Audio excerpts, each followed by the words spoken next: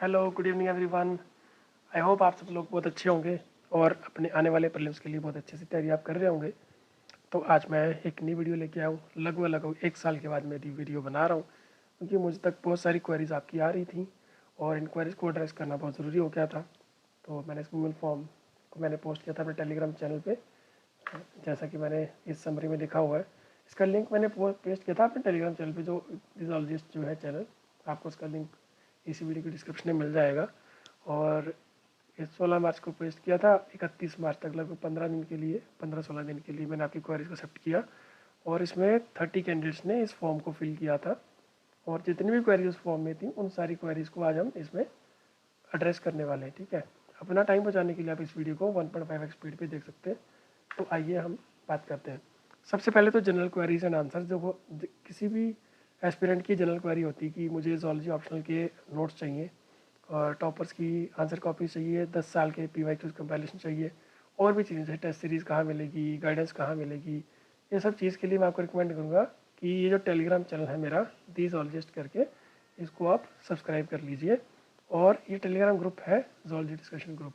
Basically आप सोचेंगे कि ये दो अलग अलग क्यों है। ये तो बेसिकली जो चैनल होता है उसमें सिर्फ एडमिन जो होता है, जो उसका ओनर होता है, सिर्फ वही उसमें पोस्ट कर सकता है। जैसे मैं हूँ तो मैं ही उसमें पोस्ट कर पाऊँगा। लेकिन टेलीग्राम जो ग्रुप होता है इसमें कोई भी जो मेंबर हैं, जो बच्चे हैं, जितने भी एस्पिरेंट हैं, वो सारे आपस में बात कर सकते हैं।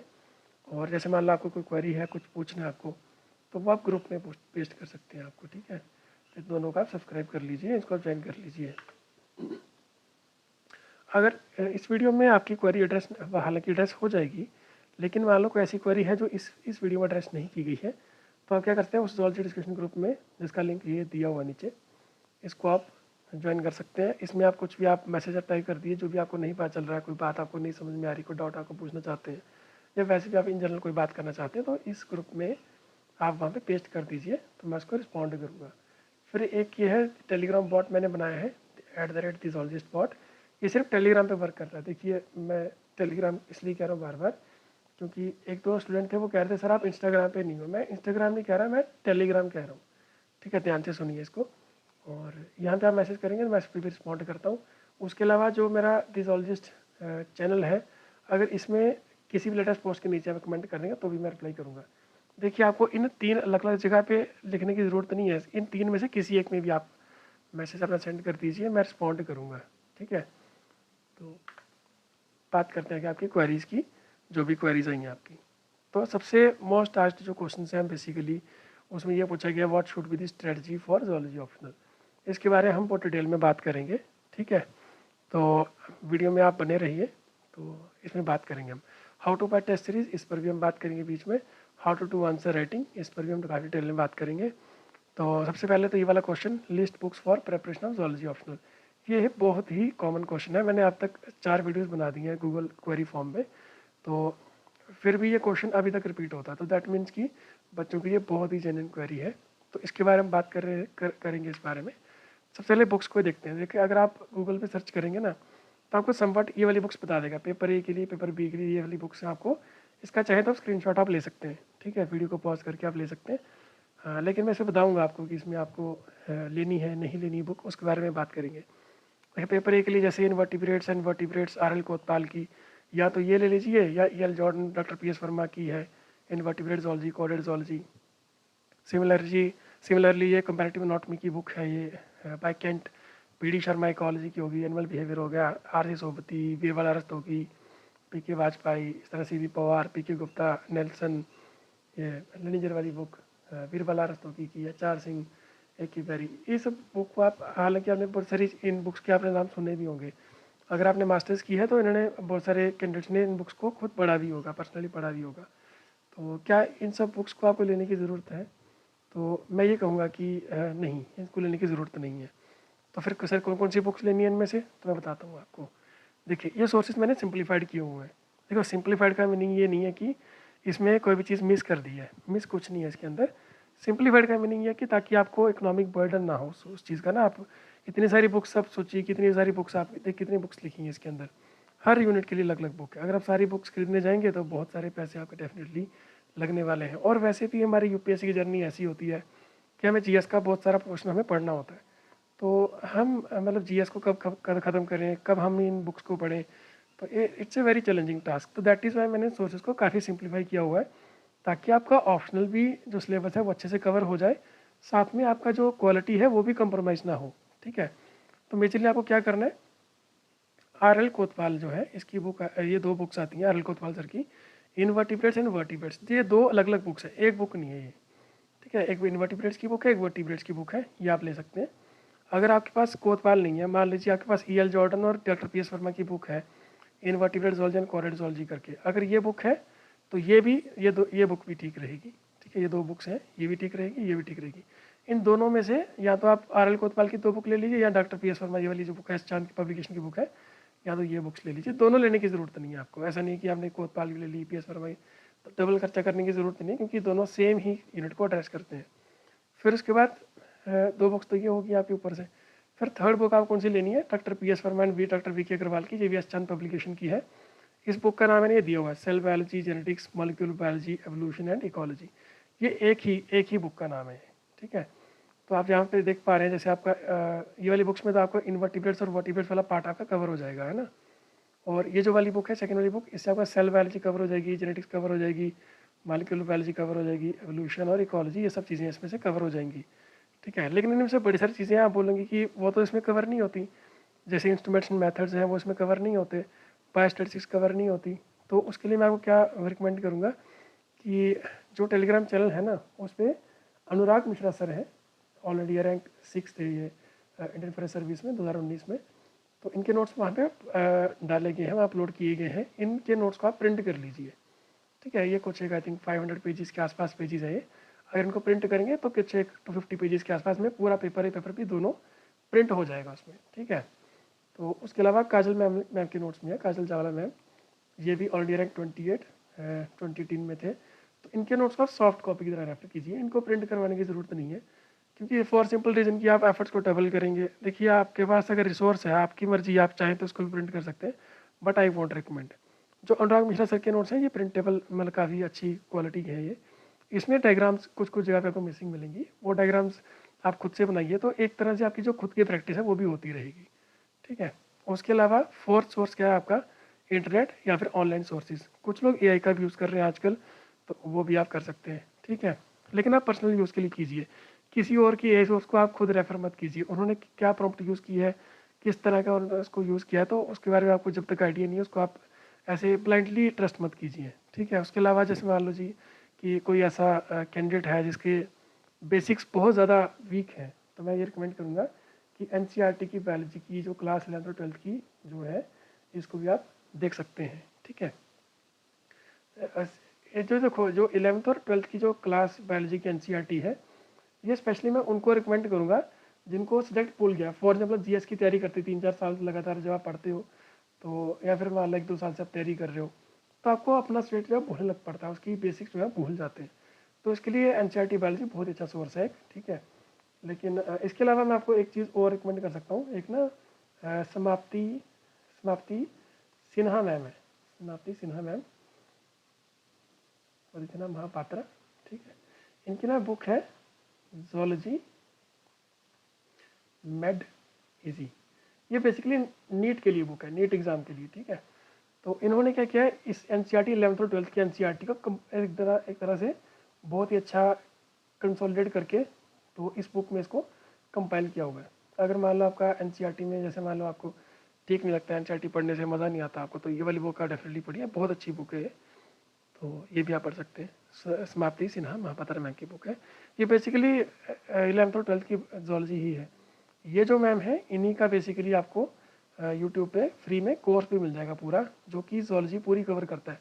क्लास 11th और क्लास 12th की पूरी जोलॉजी को कवर करता है वो। पूरी की पूरी प्लेलिस्ट आपको मिल जाएगी, आप यूट्यूब पे सर्च करेंगे, पूरी फ्री ऑफ कॉस्ट है वो। ठीक है, ये आप देख लीजिए। हाँ, इसके अलावा मैं एक एडवाइजरी आपको ये ज़रूर बताना चाहूँगा कि आजकल क्या है कि क्योंकि एआई आ चुका है, तो लोगों ने क्या किया, कुछ लोगों ने क्या किया, एआई से सब स्टैंडर्ड क्वालिटी की बुक्स बना दी हैं और वो सेल कर रहे हैं। देखिए, उनका तो वो तो अपना प्रॉफिट देख रहे हैं।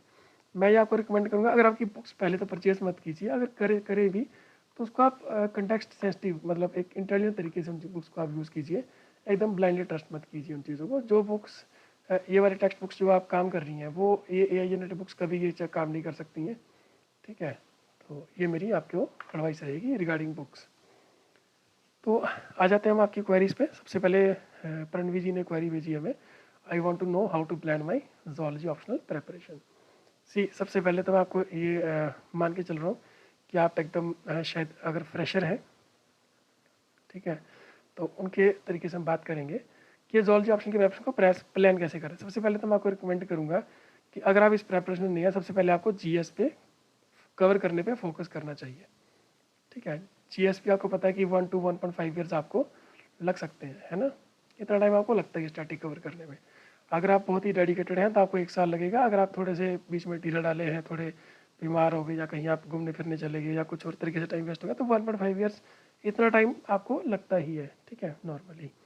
अगर इससे ज़्यादा टाइम लग रहा है तो दैट मीन्स कि आप थोड़ा सा डिले चल रहे हैं। तो आई रिकमेंड कि अपनी प्रिपरेशन को आप थोड़ा सा डिसिप्लिन कीजिए, थोड़ा सिंसियर हो जाइए तैयारी के लिए, ठीक है। और GS के साथ आपका जो ऑप्शनल है दैट इज़, हम यहाँ पे हम जोलॉजी की बात करें, जोलॉजी ऑप्शनल की बात, ठीक है। अब जोलॉजी में कितना टाइम देना है, तो इसको 6 मंथ्स आप खुद से तैयारी करके आप प्रिपेयर कर सकते हैं। अगर आप किसी कोचिंग इंस्टीट्यूट में ज्वाइन करेंगे, बहुत सारे कोचिंग इंस्टीट्यूट्स हैं जो कि इसकी कोचिंग भी देते हैं जोलॉजी की, तो वो तो लगभग 1 ईयर, जो मुझे पता है कि ऑलमोस्ट 1 ईयर वो लगाते हैं, ठीक है। लेकिन जहाँ तक मैं आपको एक रिकमेंड कर सकता हूँ कि आप सेल्फ स्टडी से अगर आप करेंगे तो आप और अच्छे से कर पाएंगे इसको, और ज़्यादा स्पीड से इसको कर पाएंगे कोर्स को, क्योंकि कोचिंग इंस्टीट्यूट वाले हैं वो चीज़ों को बहुत ही ज़्यादा कम्प्रिहेंसिवली कवर कराते हैं, और कई बार आउट ऑफ द वे जाके भी कुछ बार ऐसी चीज़ें कवर करा देते हैं जो कि एग्ज़ाम में एक्चुअली पूछी भी नहीं जाती। तो अगर आप पूरे सिलेबस सेंट्रिक होके, PYQ सेंट्रिक होके अपनी खुद से तैयारी करेंगे तो 6 मंथ से ज़्यादा टाइम आपको नहीं लगना चाहिए, ठीक है। तब मेजरली अब हम बात करते हैं जोलॉजी प्रेपरेशन की, ठीक है। जोलॉजी प्रेपरेशन की 6 मंथ्स की स्ट्रैटेजी, ठीक है।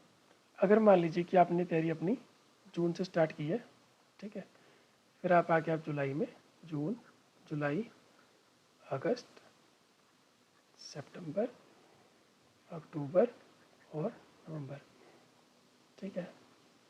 आपका ये आ गया first month, second, third, fourth, fifth और ये 6th मंथ, ठीक है। अब आपको इसमें सिलेबस को डिवाइड कैसे करना है, ये काफ़ी सारे बच्चों के लिए ये दिक्कत रहती है कि मान लो कि अगर हम तैयारी स्टार्ट करेंगे तो 6 महीने में इसको तैयार हम कैसे करें। जो रिजोलॉजिस्ट चैनल है टेलीग्राम पे ना, उस पर आपको जाके ना सर्च करना है स्लोड जूडा, ऐसे करके सर्च करना, ठीक है, स्लोड जूडा, इस टर्म को सर्च करेंगे या फिर स्लोड भी लिखेंगे अपने आप वो दिखा देगा। स्लोड जूडा, उसको ना एक फाइल आएगी, वहाँ PDF पड़ी होगी, उस PDF को डाउनलोड कीजिए। उस PDF में आप देखेंगे कि मैंने जितने भी पूरा सिलेबस है ना, उसको मैंने लगभग 120 डेज़ में, ऑलमोस्ट 120 डेज़ में उसको डिवाइड किया हुआ है, ठीक है, ऑलमोस्ट 120 डेज़ में। तो 120 डेज़ तो कितने होते हैं, लगभग 4 मंथ्स होते हैं, 4 मंथ्स, है ना। तो इससे हिंट लेके आप अपने सिलेबस को इस तरह से डिवाइड कीजिए, ठीक है। जैसे आपने ऐसे डिवाइड कर दिया 1 2 3, इस तरह से आप इसको ना 6 पार्ट्स में इसको आप डिवाइड कर दीजिए। मैंने तो 4 मंथ्स में किया डिवाइड इसको। हालांकि ये जो 4 मंथ्स का डिवीजन है इसमें भी आपका सिलेबस बड़े आराम से कवर हो सकता है, लेकिन मान लीजिए आप फ्रेशर हैं, आपकी स्पीड अच्छी नहीं है, अभी आपका पकड़ इतना अच्छा नहीं है, तो मैं ये बोलूँगा कि इससे हिंट लेके, इसी 4 मंथ वाले प्लान से लेके आप इसको फर्दर डिवाइड कीजिए। 4 महीने के टारगेट्स को आप 6 महीने में आप डिवाइड कीजिए, तो इस तरीके से अपने पूरे सिलेबस को कवर कर पाएंगे 6 महीने में। लेकिन अगर आपको लगता है कि मुझे 4 महीने वाला ही फॉलो करना है, इससे भी आपकी अगर स्पीड अगर मेंटेन कर पा रहे हैं, हालांकि इसमें आई थिंक हो जाएगा, क्योंकि इसमें हर दिन आपको मैक्सिमम 3 से 4 टॉपिक्स ही मिलेंगे। उन 3-4 टॉपिक्स में आप पूरा ये 4 महीने में पूरा सिलेबस को कवर कर पाएंगे। तो इस तरीके से आप क्या करना है, जून से नवंबर तक आपको अपने सिलेबस को कंप्लीट करना है। उसके बाद आएगा दिसंबर, जनवरी, ये 2 महीने हैं, इनमें आपको इसकी करनी है रिवीजन, ठीक है। आप ये पूछेंगे मैं 4 महीने का प्लान दिया है बट मैंने यहाँ पे 6 महीने बोल रहा हूँ। इसके पीछे रीज़न ये है कि एक तो आपको थोड़ा टाइम ज़्यादा लगता है फर्स्ट टाइम जब सिलेबस कवर करते हैं, प्लस आपको कई बार क्या होता है नोट्स मेकिंग भी करनी पड़ती है। कुछ चीज़ें हो सकती है जैसे आपको नोट से या बुक से समझ ना आए, तो आप खुद के जो सेल्फ जो नोट्स बनाते हैं उसमें बनाने में आपको बहुत टाइम लगता है। तो इसलिए 2 महीने आपको इसमें इसमें एक्स्ट्रा दिए गए, 5th और 6th मंथ जो है एक्स्ट्रा दिया गया आपको। इसके अलावा दिसंबर और जैन तक मैं रिकमेंड करूँगा, दिसंबर और जैन जो 2 महीने हैं इनमें आप अपनी प्रैक्टिस कीजिए, लाइक आप इसमें रिविजन अच्छे से कर सकते हैं। दिसंबर तो डेफिनेटली करनी है आपको, जनवरी आप डिपेंड करता है कि आप अब किस स्टेज में प्रिपरेशन। लेट अस सपोज आपका प्रीलिम्स जो है अभी मई में होगा, है ना, प्रीलिम्स आपका मई में होगा। अगर आपको लगता है कि मेरा जो अगला सिलेबस है जीएस का वो मेरा कवर नहीं हो पाएगा अगले 4 महीने में, आप मेरे को एक महीना और चाहिए। अगर आपको 1 महीना और चाहिए तो आप जनवरी में इसको आप स्किप कर दीजिए, सिर्फ दिसंबर में जितना आपकी रिवीजन हो सके उतनी रिवीजन करके इसको वहीं पर आप छोड़ दीजिए। जनवरी से आप अपनी प्रीलिम्स की तैयारी आप स्टार्ट कर लीजिए, ठीक है। तो इस तरीके से आप कर सकते हैं। लेकिन जैसे मान लीजिए अब ये वीडियो तो जो रिलीज़ हो रही है बेसिकली इसको तो मैं अप्रैल के महीने में रिलीज़ कर रहा हूँ, है ना। अगर आप इस बार प्रीलिम्स नहीं दे रहे हैं तो ज़रूरी नहीं आप जून से स्टार्ट करें, आप मई से स्टार्ट कर सकते हैं इसको, ठीक है। अगर मई से स्टार्ट करेंगे तो आपका जो प्लान है ये अक्टूबर में ख़त्म हो जाएगा और आपके पास नवंबर और दिसंबर बच जाएगा रिवीजन करने के लिए। तो जैन को आप फिर डिस्कार्ड कर दीजिए टोटली, ठीक है। नवंबर दिसंबर आपके बच जाएंगे रिवीजन के लिए, मई से लेके अक्टूबर तक सिलेबस आपका कंप्लीट हो जाएगा। अगर आपको फिर भी किसी तरीके से दिक्कत आती है, आप नहीं डिवाइड कर पा रहे सिलेबस को, तो मेरे को दिसोलॉजी स्पॉट पे मेरे को मैसेज करिए, जिसका लिंक मैंने इसी वीडियो की डिस्क्रिप्शन में दे के रखा हुआ है, ठीक है। तो वही चलते हैं पर अपनी नेक्स्ट क्वेरी पे। Sir ma'am can you help with me with strategy for both CSE and IFS। तो ये बेसिकली सेम ही क्वेश्चन है, तो इसका मैं ऑलरेडी आंसर कर चुका हूँ, ठीक है। जो मैंने अभी ये बोला ना आपको कि सिलेबस को कवर करना है 6 मंथ्स में, तो वो बेसिकली ज़ूलॉजी ऑप्शनल का ओवरऑल सिलेबस है, both for CSE as well as IFS, ठीक है, दोनों को कवर करता है वो। और जब मैं टेस्ट सीरीज पे चलाता हूँ उसमें CSE और IFS दोनों के क्वेश्चन होते हैं, तो मैं से डिस्टिंक्ट नहीं करता कि CSE वाले में ये नहीं आता, IFS वाले में ये नहीं आता। कोशिश करता हूँ कि दोनों को ब्लेंड करके ही तैयारी की जाए। तो इसलिए जो स्ट्रेटजी CSE में काम है कि वही स्ट्रेटजी आप IFS में भी आप उसको डिनोट आप उसमें भी आप उसको अप्लाई आप कर सकते हैं, ठीक है। तो नीतू जी आपकी क्वेरी को मैंने आंसर कर दिया। फिर आते हैं Krishna Shri. Hello sir ma'am, I am a beginner, I have doubts regarding standard books required for preparing and also previous year topper copies and notes. See standard books, तो मैंने इस वीडियो में स्टार्टिंग में ही बताया, मैंने आपको स्टैंडर्ड बुक्स मैंने बता दी आपको, बेसिकली 3 बुक्स ही आपको लेनी है, ठीक है। और उसके अलावा आपको क्या पूछा आपने, प्रीवियस टॉपर कॉपीज़। अच्छा, टॉपर कॉपीज़ के लिए भी आप फिजियोलॉजिस्ट जो चैनल है उसमें आप जाएंगे तो आप सर्च करके वहाँ मिल जाएगा। अगर आपको नहीं मिलेगी तो मेरे को आप जैसे मैंने बोला कि ग्रुप में मैसेज कर दिया, please send me link for topper copies, तो I will send you the link, ठीक है। और इसके अलावा नोट्स भी उसी ग्रुप में है वहाँ पे डाले हुए। Next query, Tania Sharma. Actually I am in college second year taking zoology as optional, okay. My doubt how to start my basics are clear. अच्छा, how to start my basics are clear because my background from science, ठीक है, and after my graduation is from zoology itself. I have a brief idea but I am confused how to consolidate the notes with UPSC perspective only. Help me after graduation. C definitely graduation के बाद आपको help तो करेंगे, लेकिन आपको एक चीज़ और बता दूँ मैं। देखिए, सबसे पहले आपने बोला कि बेसिक्स आपका क्लियर है, मतलब कि कोई आपको NCERT की ज़रूरत आपको नहीं है। और वैसे भी अगर आप सेकंड ईयर में हैं तो जो बच्चे अभी कॉलेज में होते हैं उनके जनरली कंसेप्ट काफ़ी अच्छे होते हैं, क्योंकि सारे टॉपिक्स जो हैं उनके माइंड में फ्रेश होते हैं। जब एक कैंडिडेट जैसे मान लो उसकी ग्रेजुएशन कंप्लीट हो जाती है, उसको 1 साल 2 साल हो जाता है, तब वो टॉपिक्स धीरे धीरे फेड होने लगते हैं माइंड से। तो अभी तो बिल्कुल फ्रेश टॉपिक्स हैं, तो डेफिनेटली आपका जो ये ज़ूलॉजी है काफ़ी अभी स्ट्रांग होगा, ठीक है।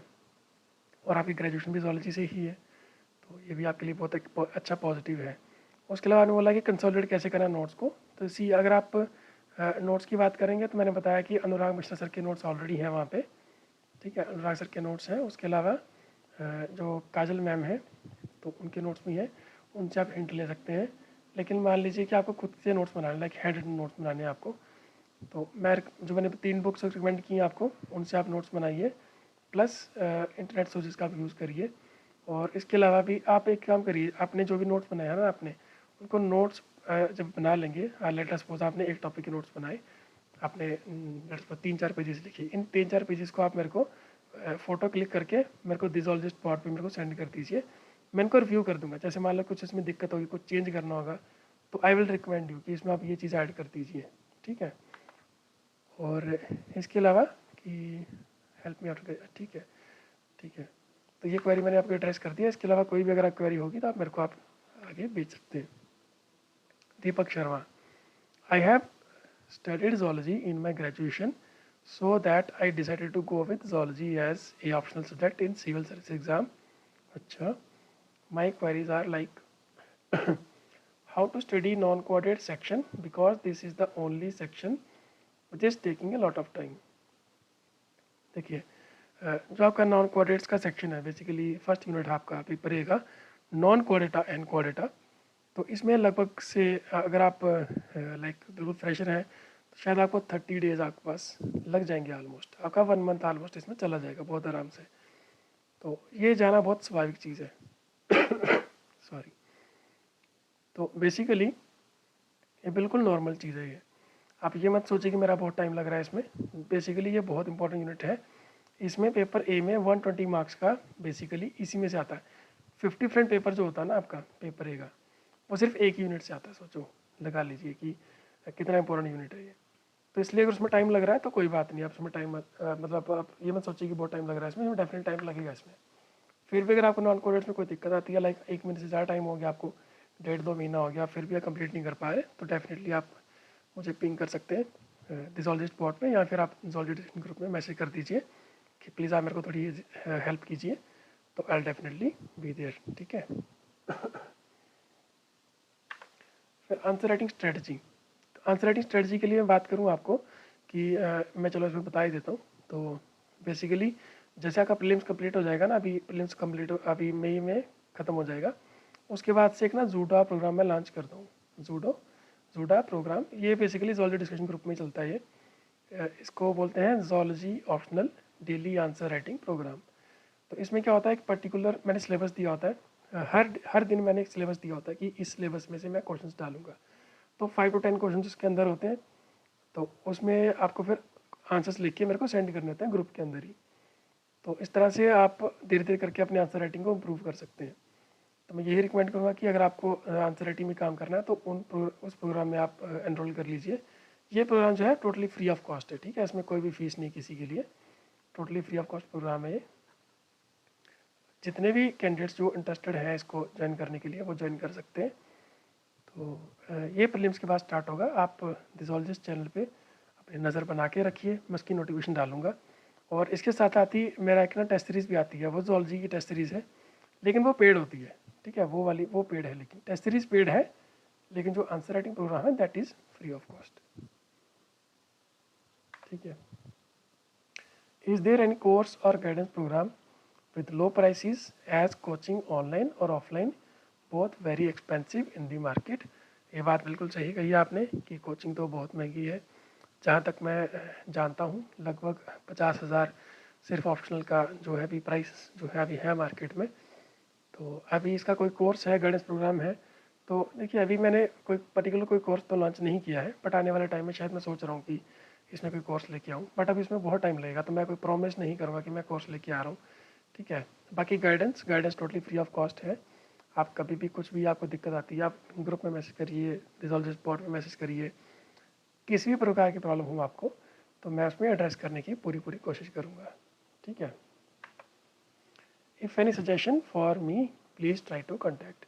सी मैंने आपको मेरे से कॉन्टैक्ट करने के लिए मैंने आपको 3 तरीके बताए थे, इस वीडियो को स्टार्टिंग में ही बताए थे, जिनका आपको सबका लिंक आपको इसी वीडियो की डिस्क्रिप्शन में मिल जाएगा। तो किसी प्रकार से मेरे से बात करनी हो तो आप कोई भी कैंडिडेट, ऐसा नहीं सिर्फ दीपक शर्मा जी के लिए बात कर रहा हूँ मैं, कोई भी कैंडिडेट जो इस बात को सुन रहा है तो वो मुझे पर्सनली कॉन्टैक्ट कर सकते हैं, ठीक है।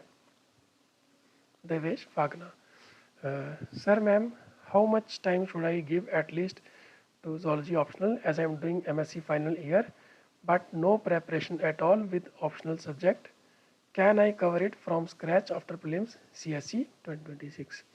अच्छा अभी MSc फाइनल ईयर में है और कितना टाइम करना चाहिए एट लीस्ट। देखो लीस्ट का तो कोई वो नहीं है कि मतलब कितना टाइम देना चाहिए, मैं मैक्सिमम बता सकता हूँ कि मैक्सिमम कितना टाइम आप दीजिए, ठीक ठीक है। मैक्सिमम मैंने बताया आपको 6 मंथ्स आपको देने हैं इसमें, ठीक है। अगर आप सेल्फ स्टडी कर रहे हैं तो अगर आप किसी कोचिंग प्रोग्राम को ज्वाइन कर चुके हैं तो वो तो अपनी अपनी ही स्पीड से वो चलाते हैं, उनका मैं कुछ कह नहीं सकता कितना टाइम लेंगे वो कोचिंग इंस्टीट्यूट वाले, वो तो उनके ऊपर डिपेंड करता है। लेकिन अगर आप सेल्फ स्टडी कर रहे हैं तो मैक्सिमम आप 6 मंथ कीजिए। अब लीस्ट टाइम तो आपके ऊपर डिपेंड करता है कि आप कितने समय में सिलेबस को कंप्लीट कर पाते हैं, क्योंकि आपकी MSc फाइनल ईयर चल रही है अभी, तो डेफिनेटली आप सब्जेक्ट के काफ़ी टच में होंगे। मैं उम्मीद कर रहा हूँ कि मास्टर्स आपकी जोलॉजी में ही है। अगर जोलॉजी में ही है आपकी तो मोस्टली आपके नोट्स और वो टॉपिक्स होंगे वो प्रिपेयर्ड ही होंगे। लेकिन अगर आपकी मास्टर्स जोलॉजी में नहीं है, किसी और सब्जेक्ट में है ना, दोबारा सुनिए, अगर आपकी मास्टर्स जोलॉजी में नहीं है, किसी और सब्जेक्ट में है, तो मैं रिकमेंड करूँगा कि जोलॉजी अगर ऑप्शनल अगर आपको लेना है, ठीक है, तो प्लीज़ उसको एक बार रीथिंक कीजिए कि जोलॉजी आप पढ़ पाएंगे कि नहीं पढ़ पाएंगे, रीथिंक कीजिए। अगर आपकी MSc जोलॉजी में ही है तो डेफिनेटली फिर तो कोई सोचने की बात ही नहीं है, डेफिनेटली गो फॉर इट, ठीक है। Can I cover it from scratch after prelims CSE 2026? शायद इनका ऐसा क्वेश्चन है कि प्रीलिम्स और मेंस के बीच में, शायद ऐसा पूछ रहे हैं कि प्रीलिम्स और मेंस के बीच में क्या ये चीज़ कवर हो सकती है। तो लगभग 80 से 90 डेज हमारे पास होते हैं, ठीक है। तो अगर आपके पास लेटर सपोज देखो जोलॉजी जैसे हमने कहा कि MSc फाइनल ईयर में है आप, तो आपके टॉपिक्स मोस्टली आपके रिकॉल होंगे अभी, तो आपके लिए आई थिंक 80-90 डेज में कवर करना I think it is possible, definitely possible है, प्रोवाइडेड कि आपके पास नोट्स हों आपके पास। अगर ना भी हों तो अनुराग मेहरा सर के नोट्स हैं, उनको आप प्रिंट करवा लीजिए, उनको आप पढ़िए, और आप देखेंगे कि जो PYQ कंपाइलेशन है वो भी है वहाँ पढ़ी हुई। PYQ से एक बार आप गो थ्रू करेंगे ना, आपको ऐसा लगेगा कि बिल्कुल मेरे MSc की तरह ही क्वेश्चन हैं इसमें। हाँ, लेकिन उसमें यह है कि उसमें तरीका अलग अलग है लिखने का। जो एकेडमिक डिग्री है उसमें तरीका अलग है, UPSC में जो है वो तरीका अलग है। वो तरीका क्या है वो हम बात करेंगे zoology option daily answer writing program में, तो वो बताएंगे। आप आंसर लिख के सेंड कीजिए तो I will give you feedback on it, ठीक है। तो can I cover it from scratch? तो डेफिनेटली आप कवर कर सकते हैं, प्रोवाइडेड कि आपके पास नोट्स हो, और डेफिनेटली किया जा सकता है। जो जितने सारे कैंडिडेट्स मेंस लिखते हैं वो तो करते ही हैं ना, तो इस तरह से डेफिनेटली किया जा सकता है। Yes it is possible. Sumaya, कैसे कवर करें सिलेबस जोलॉजी ऑप्शनल का कंप्लीट, मिनिमम डेज में कैसे शेड्यूल करें? तो ठीक है, मैं इस क्वेरी को ना दोबारा से एड्रेस कर देता हूँ। हालांकि मैं इसको एड्रेस कर चुका हूँ, बट स्टिल सी देखिए जोलॉजी ऑप्शन को कवर कैसे करना है। तो मैं आपको एक चीज़ दोबारा से बता देता हूँ कि एक ना स्लोड जूडा प्रोग्राम मैंने डाला हुआ है दिसोलॉजिस्ट टेलीग्राम चैनल में, ठीक है। आप सर्च करेंगे दिसोलॉजिस्ट टेलीग्राम चैनल में जाएंगे, इसमें स्लोड लिखना है, स्लोड लिखोगे जूडा प्रोग्राम अपने आप वहाँ पे आ जाएगा, ठीक है। इस PDF को आपको डाउनलोड करना है। डाउनलोड करने के बाद इसमें क्या होगा, एक मैंने शेड्यूल बना के दिया है जो कि 4 मंथ्स का है, ठीक है। 4 मंथ्स का ऑलमोस्ट 120 डेज का ये प्लान है बना हुआ। मतलब जितना भी सिलेबस है जोलॉजी का मैंने उसको 120 दिन में पहले से स्प्लिट करके डाला हुआ है कि आप पहले दिन ये कीजिए, सेकंड डे ये कीजिए, थर्ड डे ये कीजिए। पूरा किस पैटर्न में कवर करना है, पहले सेल बायो करेंगे, पहले बायोकेमिस्ट्री करें कि डैप बायो करें, उसका सब कुछ मैंने उसी पैटर्न में लगा के मैंने डाला हुआ है, ठीक है। इसलिए मैं आपको रिकमेंड करूँगा कि जो स्लोड जूडा प्रोग्राम जो सर्च करेंगे ना 2025 वाला जो मैंने डाला उसको आप देखना, ठीक है। पुराने वाले मत देखना, हालांकि पुराने वाले भी सेम ही है, उसमें ऑलमोस्ट हल्का फुल्का चेंज मैंने किया उसमें। तो लेटेस्ट वाला 2025 वाला है, इसको आप डाउनलोड करना शेड्यूल को। और ये 4 मंथ्स का जो प्लान है इसमें सब कुछ मैंने बताया हुआ है ऑलरेडी। अगर आपको नहीं समझ में आता शेड्यूल, आपको लगता है कि नहीं मेरे को टोटली कुछ समझ नहीं आ रहा है इस PDF से, तो मेरे को आप दिसोलॉजिस्ट स्पॉट पर मैसेज कर देना उसके स्क्रीनशॉट के साथ, सर ये चीज़ मुझे समझ नहीं आ रही, प्लीज़ इसको आप एक्सप्लेन कीजिए, तो मैं एक्सप्लेन आपको कर दूंगा, ठीक है। तो यही मेरी एडवाइस रहेगी। तो कंप्लीट मिनिमम डेज बेसिकली देखो मिनिमम का तो कोई टारगेट नहीं है, बट स्टिल मैं आपको ये बोल सकता हूँ कि 120 दिन में सिलेबस कवर किया जाता है, 120 डेज से लेके 182 डेज के बीच में, मतलब 4 मंथ्स टू 6 मंथ्स, ठीक है। इसके बीच में अगर आप सिलेबस कवर कर देंगे तो it will be really really good, अगर आप सेल्फ स्टडी कर रहे हैं तो, ठीक है। Suchitra KR, as I am fresher with yet zero preparation, I need to know how to clear my concepts, and I am in final year MSc in zoology, so I think I would help me to go through this. अभी आपकी zero preparation है, लेकिन आपको ये जानना है कि concept को क्लियर कैसे करें। ठीक है, अब आप फाइनल ईयर एमएससी में हैं ज़ूलॉजी में। सी अगर आप फाइनल ईयर एमएससी ज़ूलॉजी में है तो मोस्टली कंसेप्ट आपके क्लियर ही होंगे, बट स्टिल अगर आपको लगता है कि कुछ कंसेप्ट हैं जो मेरे बिल्कुल भी क्लियर नहीं है, तो मैं आपको बोलूँगा कि भरपूर यूज़ कीजिए यूट्यूब का। ठीक है, जो भी टॉपिक आपका नहीं आता है यूट्यूब पे सर्च कीजिए आप। यूट्यूब पे आपको क्लासेस भी मिल जाएंगी, हर चीज़ मिल जाएगी, लेकिन फिर भी आपको समझ में नहीं आता, लेट अस सपोज बिल्कुल समझ नहीं आता आपको, तो आप क्या कीजिए, चैट जीपीटी का यूज़ कर सकते हैं। सी आज एआई जो है वो रियलिटी बन चुका है, तो मैं आपको बोलूँगा इसमें कि चैट जीपीटी पे आप जाके लिखना कि मेरे को लेट अस सपोज, मैं से बोलता हूँ उसमें ऐसा लिख दिया मैंने कि एपोप्टोसिस समझ नहीं आ रहा। ठीक है, ऐसे करके लिख दिया मैंने, एपोप्टोसिस समझ नहीं आ रहा, प्लीज़ समझा दो, ऐसे करके लिख देना उसमें, प्लीज़ समझा दो। ऐसे करके उसमें लिखोगे ना चैट जीपीटी के अंदर, तो आपको बहुत अच्छे से एक्सप्लेन करके दे देगा। और उसमें ना एक वॉइस फीचर भी होता है, अगर उसमें माइक ऐसे स्पीकर टाइप रहता है, उस पर क्लिक करेंगे तो ये बोल के भी बता देगा आपको। ठीक है, आई थिंक मोस्टली बच्चों को चैट जीपीटी यूज़ करना आता ही है, तो मैं फिर भी इतने बेसिक्स इसलिए बता रहा हूँ कि कुछ अगर किसको अगर नहीं पता तो उनको पता चल जाए। ठीक है, तो कंसेप्ट आप यूट्यूब से देखिए। यूट्यूब पे बहुत सारी वीडियोस ऑलरेडी, बहुत सारी यूट्यूबर्स ने ऑलरेडी डाली हुई हैं वहाँ पे। ठीक है, उन क्लासेस को देखिए और चैट जीपीटी की हेल्प आप ले सकते हैं। उसके अलावा अगर आपको फिर भी कोई टॉपिक है बिल्कुल समझ नहीं आ रहा, कुछ ऐसी जहाँ आपको मटेरियल नहीं मिल रहा है, कुछ भी आपको, तो पर्सनली मुझे टेक्स्ट कीजिए दिसोलॉजिस्ट बॉट पे, जिसका लिंक इस वीडियो की डिस्क्रिप्शन में है, तो मैं आपको उसका रिस्पॉन्ड करूँगा। ठीक है। Harleen, how to attempt entire paper with diagrams in an organised way. ठीक है, तो इन्होंने पूछा है कि पूरा जो एंटायर पेपर है उसको कैसे अटेम्प्ट करना है, तो पहले हम इसी बात करते हैं। ठीक है, हाँ, तो ठीक है, इसी में मैं आपको बताता हूँ। सबसे पहले तो टाइम मैनेजमेंट की बात की जाए तो मैं ज़ूलॉजी जो ऑप्शनल का पेपर होता है उसको पहले ब्रेक करके बता देता हूँ कि इसमें होता क्या क्या बेसिकली। ठीक है, तो इसमें होता क्या है बेसिकली, टोटल आते हैं आपको 8 क्वेश्चंस, टोटल होते हैं 8 क्वेश्चंस। जो क्वेश्चन नंबर 1 है और क्वेश्चन नंबर 5 है, दीज आर कंपलसरी। ठीक है, क्वेश्चन नंबर 1 क्वेश्चन नंबर 5 में बेसिकली ये एक्चुअली में 2 क्वेश्चन नहीं होते, इसके अंदर 5 पार्ट्स होते हैं, 5 पार्ट्स होते हैं टोटल। तो टोटल लगा लो कि 10 पार्ट्स होते हैं इसके अंदर, 10 क्वेश्चन है, 10 क्वेश्चन ऑफ 10 मार्क्स। ठीक है, टोटल ये 100 मार्क्स का ये पता नहीं ऐसे लाइन क्यों बना रहा है ये, तो 100 मार्क्स का ये होता है। उसके अलावा फिर क्वेश्चन बचे आपके क्वेश्चन नंबर 2, 3, 4, 6, 7 और 8। ठीक है, 2, 3, 4, 6, 7, 8, देखो 1 और 5 तो यहाँ आ गया ना, तो 2, 3, 4, 6, 7, 8। अब बेसिकली 2, 3, 4 जो होता है ये सेक्शन ए जो होता है उसका पार्ट होते हैं, 6, 7, 8 जो है वो सेक्शन बी का पार्ट होते हैं। सेक्शन ए में से बेसिकली इन 2 सेक्शन में से ना आपको टोटल करने होते हैं क्वेश्चन, 3 क्वेश्चन को अटैम्प्ट करना होता है।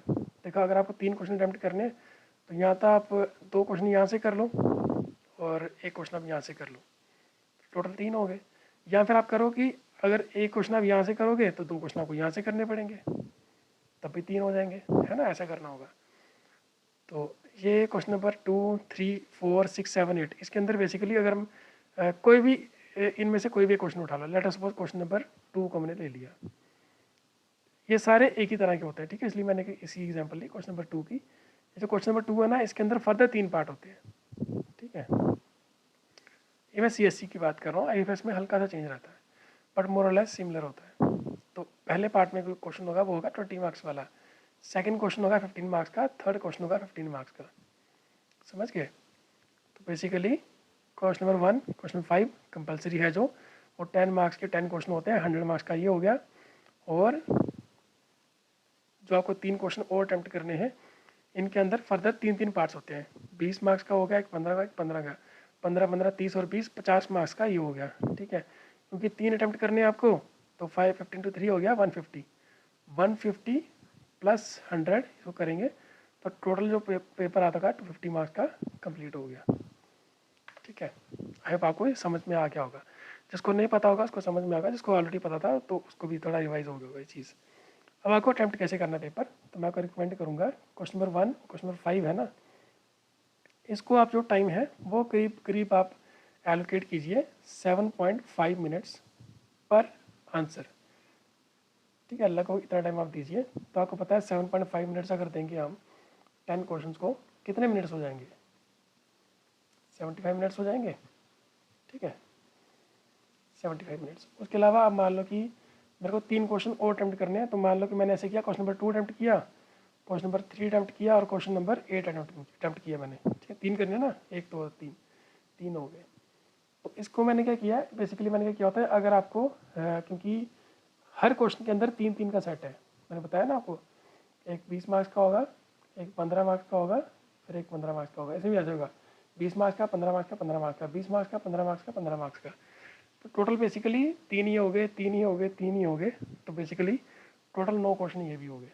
ठीक है, तो अब मैंने इसको क्या किया था, मैंने इसको इंडिविजुअली डिवाइड नहीं किया होता, तो मैं ये क्या करता हूँ कि ये जो सेट है ना पूरा, इस सेट को एक का रखा होता टाइम 35 मिनट्स, इसको 35 मिनट्स आप रख दीजिए कि ये जो आप 3 क्वेश्चन का सेट आप कंप्लीट करोगे ना, किसी भी हालत में इसको 35 मिनट्स के अंदर कंप्लीट करना है।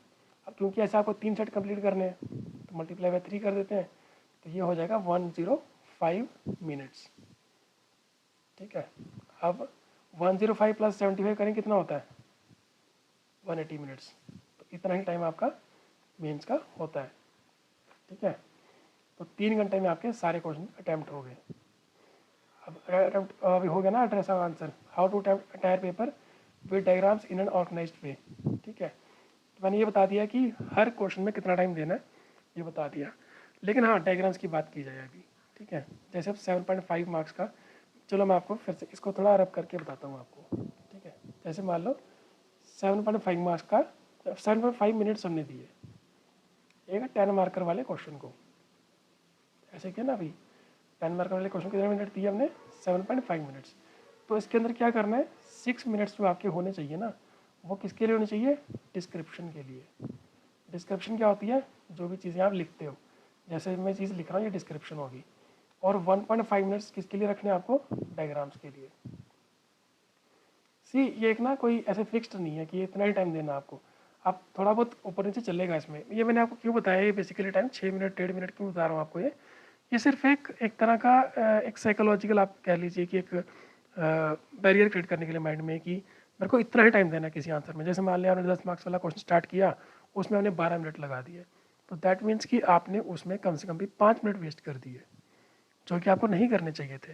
तो बेसिकली ये 7.5 मिनट की जो लिमिट है ना, ये आपको ये बताती रहेगी कि आप पेपर टाइम पे कंप्लीट कर पाएंगे कि नहीं कर पाएंगे। अगर आज से लेट चल रहे हैं, दैट मीन कि पेपर कंप्लीट नहीं होगा आपका, किसी भी हालत में कंप्लीट नहीं होगा। देखो अब मैंने 180 मिनट्स का मैंने डिवीजन करके बताया। कोशिश तो ये होनी चाहिए कि इसमें इससे भी आपको थोड़ा टाइम सेव करना है, क्योंकि सेव करके आपको बाद में 2 से 3 मिनट और भी चाहिए होते हैं आपको पेपर को एक फाइनल रीडिंग देने के लिए। कुछ चेंज करना आपको, कुछ कहीं कंक्लूजन छूट गया था, कहीं कुछ रह गया, कोई डायग्राम रह गई थी, कुछ रह गया था, उसको बनाने के लिए आपको 2 से 3 मिनट आपको और चाहिए होंगे। ठीक है, तो मोटा मोटा मैंने बताया आपको 6 मिनट्स का आपको देना है टाइम डिस्क्रिप्शन को, 1.5 मिनट रखना आपको डायग्राम को। अब डायग्राम की स्पेसिफिकली अगर बात करूँ मैं, ठीक है, किसी भी तरह का जो क्वेश्चन है, चाहे वो 10 मार्क्स का है, 15 मार्क्स का है या फिर 20 मार्क्स का है, किसी भी तरह का जो क्वेश्चन आ रहा है पेपर के अंदर, आपको कोशिश करनी है इस पेपर। अब डायरेक्टली तो ऐसा नहीं है ना कि हम मान लो मैच खेलने जा रहे हैं, कोई क्रिकेट मैच खेलने जा रहे हैं, हम डायरेक्टली प्लेयर को प्लेग्राउंड वर्ल्ड कप में खिला देंगे कि भाई आप तेरे को चौके छक्के मारने, वो नहीं मार सकता ना। पहले इसको उस मैच से पहले प्रैक्टिस करनी पड़ेगी, है कि नहीं। सिमिलरली हम क्या करते हैं, ये अपने मेन से पहले ही इसको प्रैक्टिस करनी है, आपको किसी की प्रैक्टिस करनी है कि कोई भी diagram, draw diagrams under 1 minute, diagram under 1 minute, 1 minute के अंदर किसी भी डायग्राम को बना सको, ऐसा आपको प्रैक्टिस करनी है आपको। ये 1 मिनट के अंदर कोशिश करना कि बिल्कुल फ्री हैंड स्टाइल में, फ्री हैंड स्टाइल में, ठीक है। कोई ऐसा नहीं कि मतलब कोई रुक रुक के बना रहे आप, बहुत डिज़ाइनदार कुछ वैसे ही बना के कि फूल पत्ती लगा दे, इसमें उतना टाइम होता ही नहीं मेंस के अंदर। बेसिकली बिल्कुल फ्री हैंड स्टाइल में हो, विदाउट एरर फ्री, आपका जो हाथ चले बिल्कुल एकदम मक्खन की तरह चले एकदम, और विदाउट एनी मिस्टेक वो आप बना सको। इसलिए डायग्राम्स को प्रैक्टिस करनी है आपको, किसी भी डायग्राम को 1 मिनट के अंदर बनाने की प्रैक्टिस करनी है। देखिए चीज़ मुश्किल है ये, तभी तो प्रैक्टिस करने की ज़रूरत है ना। अगर चीज़ आसान होती फिर तो प्रैक्टिस क्या करनी थी इसके, तो डायरेक्टली कर लेते आप। तो इसलिए मैंने बताया आपको 1 to 1.5 मिनट्स आपको टाइम रखना है डायग्राम के लिए। बट आप क्योंकि अभी एग्ज़ाम में आप गए नहीं, एग्ज़ाम से पहले आपको जब आप प्रैक्टिस करेंगे आंसर राइटिंग की या जब टेस्ट आप देंगे, तो उसमें आपका गोल यही होना चाहिए कि कोई भी डायग्राम का आप 1 मिनट के अंदर आप बना पाएँ। ठीक है, उसके बाद जो 0.5 मिनट्स है, सॉरी 0.5 मिनट्स, जो कि आधा मिनट हो गया, 30 सेकंड 40 सेकंड जो भी आप लेंगे, उसकी लेबलिंग में आप उसमें टाइम आप दीजिए। ठीक है, तो यह हो गया आपका how to attempt entire paper with diagrams in an organised way. ठीक है, इस चीज़ को मैंने एड्रेस कर दिया। फिर should we draw flow charts and cycles, example glycolysis Krebs etcetera with pencil. हाँ, देखो पहले तो ये क्वेश्चन, should we draw flow chart cycle, हाँ डेफिनेटली ड्रॉ करना है विद पेंसिल। सी बहुत सारे बच्चों का ये क्वेश्चन होता है कि पेंसिल लेके जाए। See pencil, pen, marker, sketch pen, paint brush, ऐसी कोई भी चीज़ जो मेंस के अंदर ले जाना अलाउड है, ठीक है, उस सब से आप डायग्राम ड्रॉ कर सकते हैं। ठीक है, ये पेंट ब्रश तो मैंने ऐसे कह दिया, पेंट ऑब्वियसली पेंट ब्रश कौन लेके जाने देगा आपको, मैं से बता रहा हूँ जस्ट टू एग्जैजरेट थिंग्स है। ठीक है, तो पेंसिल लीजिए, पेन लीजिए, मार्कर लीजिए, स्केच पेन लीजिए, कुछ भी जो भी चीज़ आपको मेंस में ले जाने से कोई रोकता नहीं है, उस सब चीज़ से आप डायग्राम को बना सकते हैं, डेफिनेटली बना सकते हैं। लेकिन क्या मैं रिकमेंड करूँगा पेंसिल से बनाना? सी देखो, अगर तो आपको लगता है कि मेरे से बार बार गलती हो जाती है, मेरे को मिटाना पड़ता है बार बार, तो आप पेंसिल लीजिए, डेफिनेटली पेंसिल लीजिए। ठीक है, लेकिन अगर आपने इतनी प्रैक्टिस कर लिया कि आप फ्री हैंड डायग्राम बनाते हैं विदाउट एरर फ्री, कोई भी मिस्टेक आप नहीं करते हैं, तो पेन यूज़ कीजिए, आप पेन या स्केच पेन या कुछ कलर यूज़ कीजिए। कलर से बेसिकली क्या होता है कि उसका कॉन्ट्रास्ट बहुत अच्छा आता है। ठीक है, कॉन्ट्रास्ट अच्छा आता है, कॉन्ट्रास्ट से डेफिनेटली क्या होगा कि आई को अपील करेगी, है ना। जैसे आपने देखा होगा पहले मूवीज जो आती थी ब्लैक एंड वाइट आती थी, आज मूवी कलर्स वाली आती हैं। तो अब अगर आप आज के डेट में ब्लैक एंड वाइट मूवी देखोगे ना, थोड़ी देर में आप फेड अप हो जाओगे, लगेगा यार आंखों पे बहुत स्ट्रेन आ रहा है। ठीक है, तो बेसिकली सिंगल कलर से क्या होता है कि आंखों पे स्ट्रेन आता है, वो इतने अपील नहीं करती। अगर आप कलरफुल कोई चीज़ देखोगे तो बहुत अच्छा लगेगा, एग्जाम्पल को लगेगा अरे वाह क्या बात है, इसने बहुत एफर्ट लगाया कैंडिडेट ने, तो वो खुशी से आधा मार्क्स एक्स्ट्रा देखेगा। आपको लगेगा कि आधा मार्क्स तो क्या ही मैटर करता है, बट वही मेंस में आधा मार्क्स ही बहुत मैटर करता है। पर क्वेश्चन आधा मार्क्स आपको अगर आपको एक्स्ट्रा मिलेगा, तो सोचो कि ओवरऑल कितना उसको मिलेगा, ओवरऑल कम से कम 10 मार्क्स आपके बढ़ जाएंगे। हर पेपर में 10 मार्क्स एक्स्ट्रा लोगे तो ओवरऑल आपके 50 से 60 मार्क्स बढ़ेंगे आपके। ठीक है, तो it matters a lot definitely. तो हाँ डेफिनेटली पेंसिल आप यूज़ कर सकते हैं, पेन भी यूज़ कर सकते हैं, मार्कर भी यूज़ कर सकते हैं, जो हाँ, लेकिन आपको इसमें वैसे मैं आपको ये चीज़ रिकमेंड करूँगा कि कुछ भी ऐसा स्केच पेन या कुछ ऐसा मार्कर ना यूज़ करिए बेसिकली जो बहुत ही डार्क हो। जैसे मान लो कि आपने डायग्राम के एक तरफ आपने पेज की एक तरफ आपने डायग्राम बनाई और उसके पेज के दूसरी साइड में उसका उसका छापा आ गया पीछे, उस तरह का मत यूज़ कीजिए। ठीक है, तो इसका आप खास ध्यान रखिए। इसका अब कैसे पता चलेगा कि वो पीछे छापा आ रहा है कि नहीं आ रहा है, तो पहले प्रैक्टिस करनी पड़ेगी आपको घर जाके, है ना। आप आंसर राइटिंग कीजिए, मॉक टेस्ट दीजिए, तभी तो पता चलेगा, बिना उसके कैसे पता चलेगा आपको। How should I manage preparation with my college, आपको MSc कर रहे हैं आप, तो प्रेपरेशन कैसे कर सकते हैं मैनेज।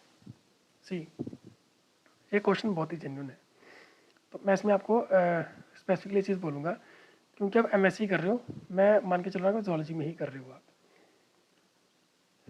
ठीक है, अगर आप किसी और सब्जेक्ट में कर रहे हो तो डेफिनेटली फिर तो मैं मतलब क्या ही बोलूँ उसमें, उसमें तो क्या रिकमेंड करूँगा मैं।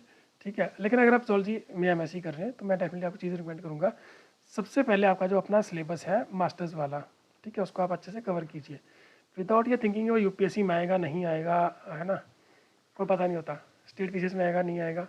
वैसे मोस्टली सिलेबस जो UPSC का है वो मास्टर्स में होता ही है, कुछ कुछ चीज़ें छोड़ के जो नहीं होती। तो मास्टर का सिलेबस एक्चुअली ज़्यादा है, UPSC का सिलेबस थोड़ा सा कम है। ठीक है, सबसे पहले MSc जूलॉजी करते हुए आपको सिलेबस वो पूरा फोकस करना है, जो आपका MSc वाला सिलेबस है पूरा फोकस करना है। इसके अलावा प्लस मैं आपको बोलूँगा कि डेली के न्यूज़पेपर जो आते हैं उसको आपको रीड करना है, डेली न्यूज़पेपर। ठीक है, कौन सा रीड करना है, या तो आप द हिंदू रीड करिए, द हिंदू, या फिर द हिंदू या फिर द इंडियन एक्सप्रेस, दोनों में से कोई एक।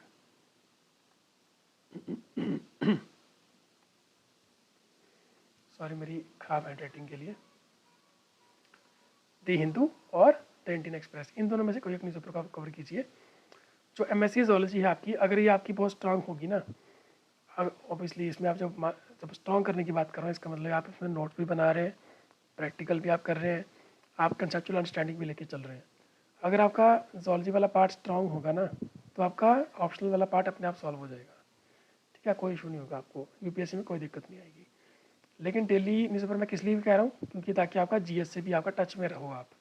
अभी करंटली, क्योंकि अगर आप एमएससी ज़ूलॉजी में कर रहे हो स्पेशली, तो आपको हार्डली दिन में 2 to 3 आवर्स ही मिलेंगे आपको, जहाँ तक मैं समझ पा रहा हूँ, क्योंकि आपका लैब वर्क भी होगा, आपका फाइल भी बनानी है आपको, है ना। मास्टर्स में तो ऐसे ही होता है। जब मैंने मास्टर्स की थी, मैं जानता हूँ कि उसमें हार्डली 2 घंटे बहुत मुश्किल से मिल पाते थे कि आप कुछ और कर पाओ, और उसमें भी इंसान सोचता है कि कुछ बैठ के मैं कोई लेजर एक्टिविटी कर लूँ, कुछ एंटरटेनमेंट कर, कुछ सोच लूँ, कुछ खेल आऊँ थोड़ा सा, या फिर मान लो घर पे बात कर लूँ। तो ऐसे ही होता है। तो अगर 2 to 3 आवर्स फिर भी अगर आप बचा पा रहे हैं, तो आई विल रिकमेंड कि अपना जो डेली न्यूज़पेपर है उसको आप कवर कीजिए। ठीक है। और अगर आपको मान लो न्यूज़पेपर आपका वहाँ पे नहीं आता है, बड़ी सारी यूनिवर्सिटीज़ हैं, जैसे जिस यूनिवर्सिटी में पढ़ा हूँ वहाँ पे द हिंदू नहीं आता था, ना इंडियन एक्सप्रेस आता था बेसिकली, तो उसमें टाइम्स ऑफ इंडिया पढ़ा करता था मैं। तो उस टाइम पे तो ऐसा था कि हालांकि मैं इतना भी पुराना नहीं हूँ, बट स्टिल हमें एक्चुअली उस टाइम पता नहीं था कि ऑनलाइन टेलीग्राम पे भी पेपर मिल जाता है, या फिर कहीं और भी सोर्सेज से मिल जाता है। तो मुझे उतना आइडिया नहीं था। तो आजकल तो सब कुछ है अवेलेबल ऑनलाइन, तो उसको आप वहाँ से ही पढ़ सकते हैं, है ना। ये रिकमेंड करूँगा कि कैसे मैनेज करें प्रेपरेशन को, कॉलेज को एमएससी के साथ। तो सबसे पहले तो एमएससी को ही प्राइम फोकस रखिए अपना, एमएससी को ही करिए, और वहाँ के सिलेबस को अच्छे से कवर कीजिए। ठीक है। उसके नोट्स बनाते चलिए, उसके अच्छे से प्रैक्टिस कीजिए, और डेली न्यूज़पेपर आपको पढ़ना है।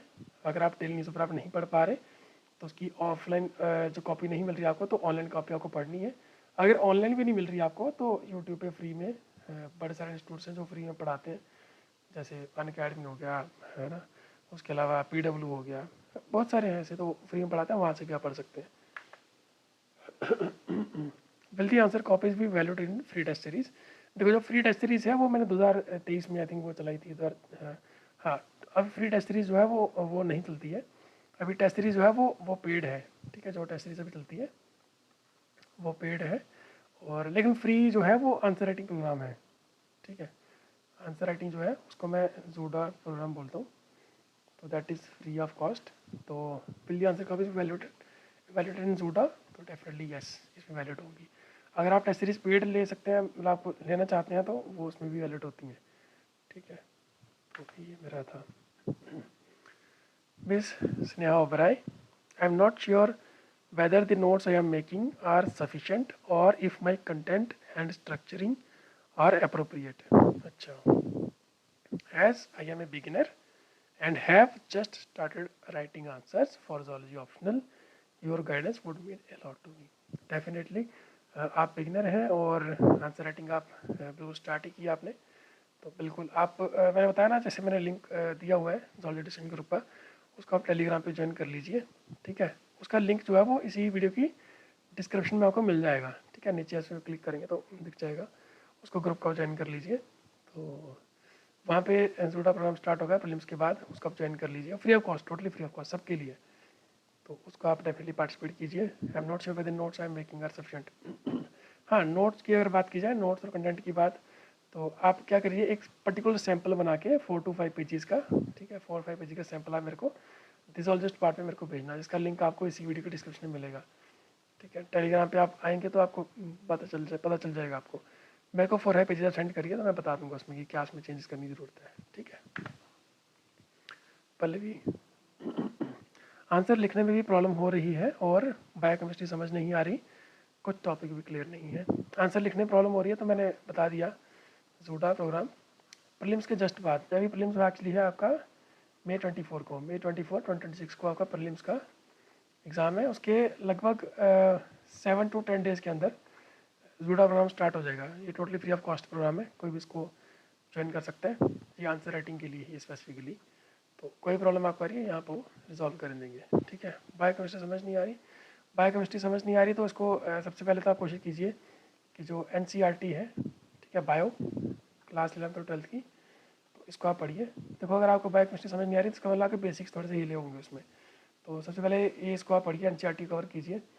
और उसके अलावा यूट्यूब पे लेक्चर्स हैं, जो पर्टिकुलर टॉपिक आपको समझ नहीं आता, लेट अस सपोज बायोकेमिस्ट्री में आपको लेटर सपोज क्रेब्स साइकिल समझ नहीं आ रहा, या कुछ टॉपिक आपको लेटर सपोज ईटीसी समझ नहीं आ रहा, तो पर्टिकुलरली उस टॉपिक आप यूट्यूब पर सर्च कीजिए, आपको बहुत सारे यूट्यूबर्स मिल जाएंगे जो उसको बहुत ही अच्छे तरीके से समझा देंगे आपको।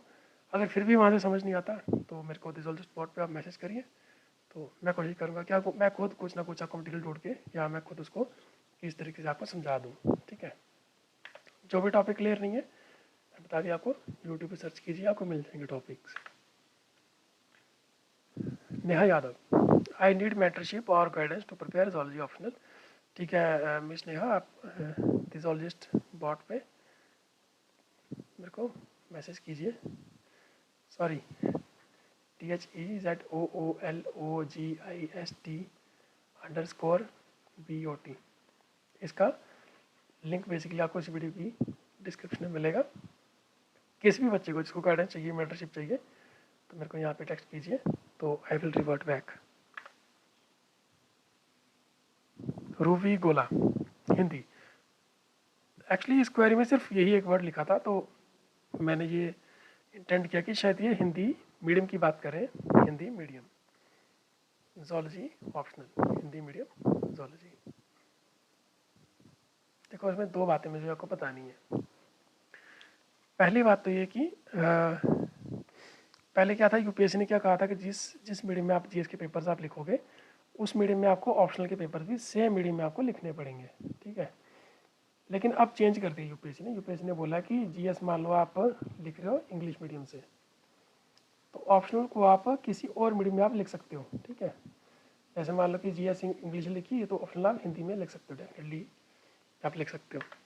अब हिंदी मीडियम के अगर शायद आप नोट्स या कुछ की बात कर रहे हैं, तो अभी करंटली मेरे पास ऐसे कोई नोट्स या कुछ पैसे तो कोई चीज़ है नहीं, लेकिन फिर भी आपको अगर कोई दिक्कत आ रही है, हिंदी मीडियम वाले बच्चों को मैं ये बोलूँगा, हिंदी मीडियम एस्पिरेंट्स को, कि जोलॉजी ऑप्शनल के हिंदी मीडियम के अगर जो स्टूडेंट्स हैं, कोई भी दिक्कत आ रही है, मुझे आप पर्सनली अगर मैसेज कर दिए कि किस पर्टिकुलर जगह का आपको दिक्कत आ रही है, तो I will try my best to assist you in any case. ठीक है। Tamanna, sir can you please suggest the sources video lectures for completing each unit and what should be the ideal timeline and approach to complete each unit। ठीक है। सी timeline तो मैंने वैसे बता दिया आपको, पर आप क्योंकि आपने ईच यूनिट का पूछा है, तो मैंने इसमें आगे फर्दर ये बताया आपको, अभी इसमें बात करेंगे। तो वीडियो लेक्चर्स के पहले इसकी एड्रेस करते हैं कि सजेस्ट सोर्सेज मैंने बुक्स वाले तो बता दिए। वीडियो लेक्चर्स के लिए कोई पर्टिकुलर एक चैनल नहीं है जिस पर आपको हर चीज़ मिलेगी। यूट्यूब पे अलग अलग सोर्सेज आपको, अलग अलग चैनल्स आपको मिल जाएंगे जो काफ़ी अच्छे तरीके से पढ़ाते हैं, तो आई विल रिकमेंड कि उनको आप रेफ़र कीजिए यूट्यूब पे। ठीक है, यूट्यूब पे आपको मिल जाएंगे जिसका भी आपको टीचिंग स्टाइल अच्छा लगता है। जैसे मैं जानता हूँ एक शोमोस बायोलॉजी करके है, शोमोस biology, in fact he is a very good teacher, I think I must commend him. काफ़ी अच्छा वो पढ़ाते हैं, तो कुछ कुछ चीज़ें आपको यहाँ से मिल जाएगी, पेपर भी आपको यहाँ से कवर हो जाएगा। सिमिलर पेपर ए के लिए काफ़ी सारे चैनल्स हैं, वो आप ढूंढेंगे तो बहुत आराम से आपको मिल जाएंगे, मतलब आपको दिक्कत ही नहीं आएगी ढूंढने में। फिर भी अगर आपको कोई परेशानी है, कहीं भी आपको कोई नहीं समझ में आ रहा, तो वो चीज़ आप मेरे को पर्सनली मैसेज करके मेरे को आप बता सकते हैं। ठीक है, अभी हम बात करें टाइमलाइन की, बात करते हैं। तो unit wise timeline self study, अगर आप सेल्फ स्टडी कर रहे हैं उसके लिए टाइमलाइन है ये। अगर आप कोचिंग वगैरह कर रहे हैं, जोलॉजी ऑप्शनल आप कहीं से कोचिंग से पढ़ रहे हैं, तो उनकी जो टाइमलाइन है प्लीज़ उनको ही फॉलो कीजिए। ये वाले टाइमलाइन तब मत फॉलो करना आप। ठीक है, आपका ऐसा नहीं है ना कि आपने वहाँ पैसा ही पे किया है, फिर उसके बाद आप उस प्रॉपरली उसको फॉलो भी नहीं कर रहे, तो कोई फ़ायदा नहीं है उस चीज़ का। इससे बेटर है कि आप उसमें कोचिंग ना लेते। अगर आप कोचिंग कर रहे हो तो उन्हीं के टाइमलाइन को फॉलो कीजिए।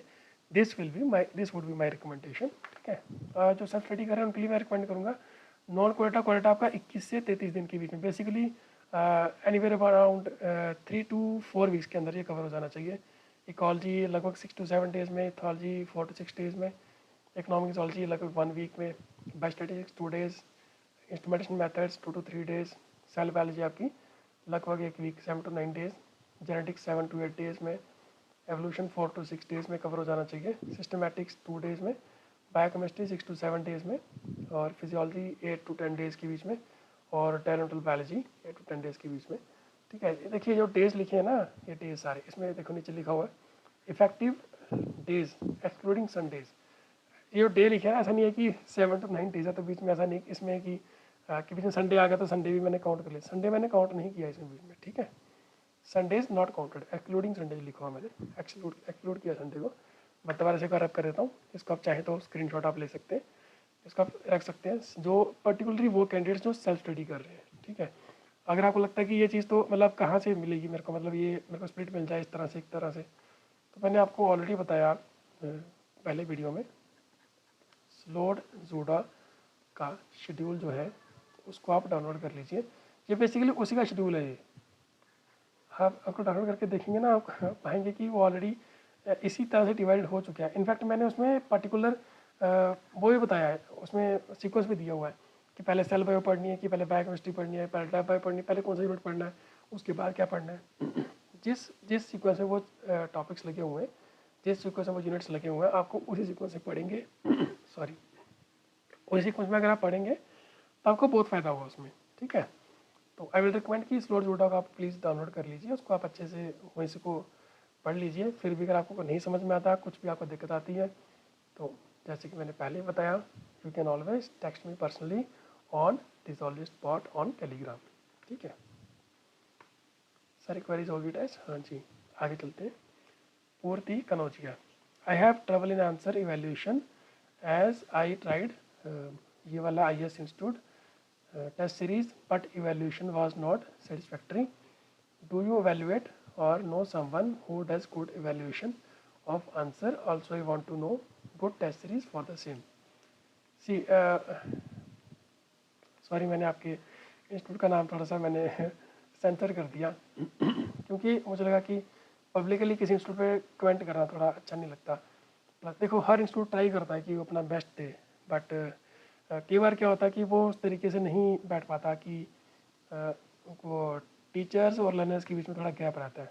तो ये पर्टिकुलर इंस्टीट्यूट की अगर बात करी जाए तो मैंने ऑब्जर्व किया ऐसा इस इंस्टीट्यूट में कि उन्होंने ऐसा टीचर हायर कर लिया कि लाइक जिसका मान लो कि CSIR नेट JRF क्वालिफाई है, उसको ले लेते हैं, तो क्योंकि JRF क्वालिफाई है तो बहुत अच्छा टीचर है। तो ऐसा नहीं होता, ठीक है। CSIR net JRF is all together different thing, UPSC is all together different thing. तो वो शायद वो मिस मैच है यहाँ पे, दैट इज़ वाई वो उनको थोड़ा, लेकिन हाँ 2-3 साल में शायद वो भी कस्टमर्ड हो जाएंगे इस चीज़ को।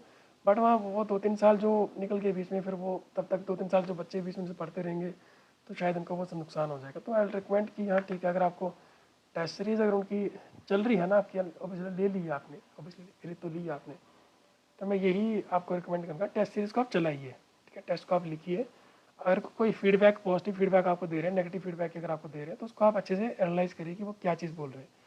उसके अलावा अगर आपको कुछ भी आपको फीडबैक नहीं आ रहा, लेट अस सपोज, तब भी आपको कुछ भी परेशान होने की ज़रूरत नहीं है। सी टेस्ट सीरीज़ में सबसे इंपॉर्टेंट चीज़ क्या है, टेस्ट लिखना। Evaluation is the second stage कि आप आपको क्या वैल्यूएट करके देते हैं।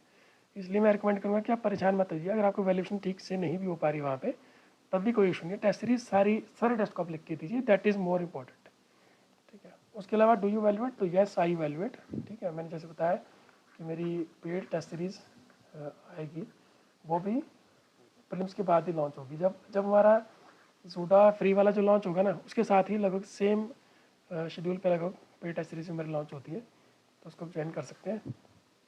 तो ज्वाइन कैसे करना है इसको, बेसिकली वो जो PDF में डालूंगा, नोटिफिकेशन डालता हूँ उसकी मैं, नोटिफिकेशन डाल के आपको PDF को डाउनलोड करना है। उसके बाद आपको उस PDF को अच्छे से पढ़ना है। देखो रजिस्ट्रेशन पे अप्लाई करने से पहले मैं उसमें स्पेसिफिकली लिखा होता है कि अगर आप रजिस्ट्रेशन करना चाहते हैं, सबसे पहले इस डॉक्यूमेंट को पूरा अच्छे से पढ़िए कि कैसे रजिस्ट्रेशन होगा, क्या क्या मिलेगा इसमें, क्या चीज़ नहीं होगी। मैंने हर चीज़ लिखी रहती है उसके अंदर, ठीक है। उसका आप अच्छे से पढ़िए, उसके बाद से फिर आप एनरोलमेंट के लिए मेरे को आप मैसेज कीजिए, तो मैं आपको एनरोल उसमें करवा दूंगा। Do you know someone who does good evaluation? Yes yes I do know, and I also want to know good test series for the same. मैं बता दिया आपको, तो ये वाली गुड ही है, ठीक है। मैं देखो कोई अपने आप को बुरा नहीं कहता, तो मैं तो बोलूँ कि बहुत अच्छी है, लेकिन फिर भी अगर आपको नहीं समझ, आपको लग रहा है कि मेरी वाली नहीं ज्वाइन करनी, किसी और की ज्वाइन करनी है, तो आप बच्चे हैं ग्रुप में तो उनसे आप पूछ सकते हैं। लेकिन हाँ प्लीज़ मतलब प्रमोशन मत कीजिए, मैं बोलूँगा किसी और इंस्टीट्यूट का नाम लेके उसको प्रमोट नहीं करना। आप पर्सनली किसी को मैसेज कर सकते हैं, तो वो भी आप उनसे पूछ सकते हैं, ठीक है। अगर किसी और की ज्वाइन करनी है तो मेरी वाली नहीं ज्वाइन करनी, कोई इशू नहीं है, you can still be there in the group, कोई इशू नहीं है उसमें, ठीक है। Richa, sir I have written a few answers and I am not sure whether my approach is on the right track or not, as prelims is near. I am unable to manage answer writing now. So sir, please guide me with after prelims strategy for answer writing.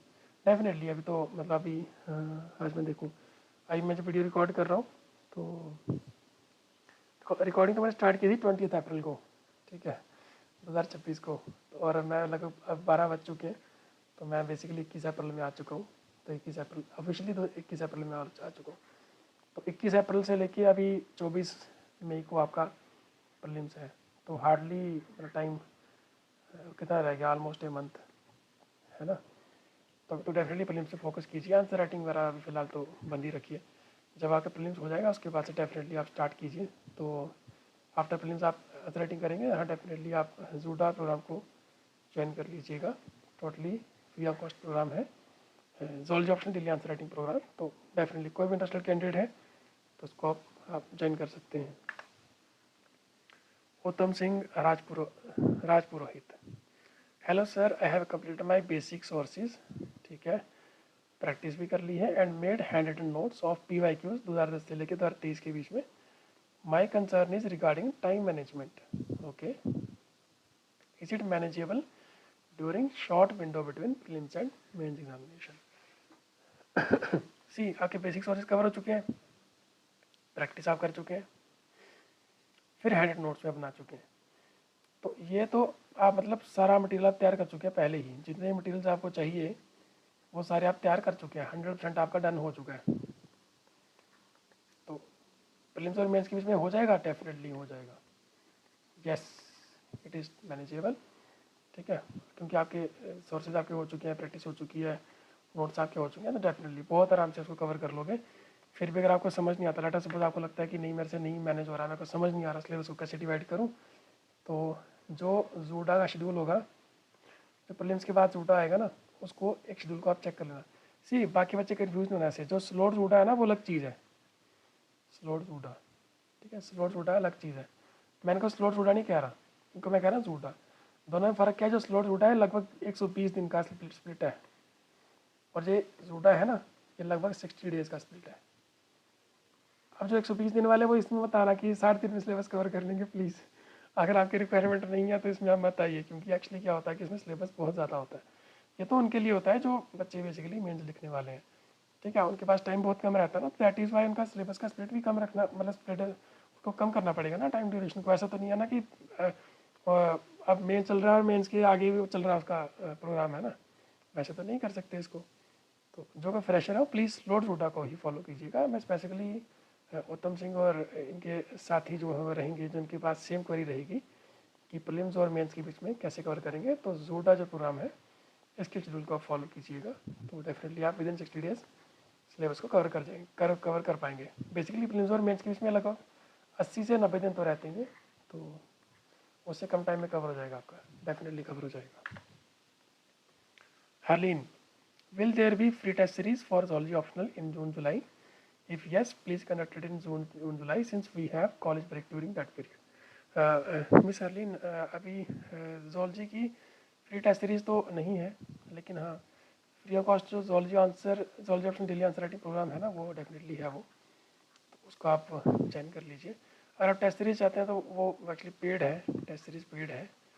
अगर कोई ऐसा candidate है, genuine को candidate है जिसको लगता है कि वो टेस्ट सीरीज को अफोर्ड नहीं कर सकता, प्लीज़ आप दिस ऑल स्पॉट में टेक्स्ट कीजिए, तो will see what are we can do, discount के फॉर्म में या किसी और तरीके से, ठीक है, तो कोई इशू नहीं है।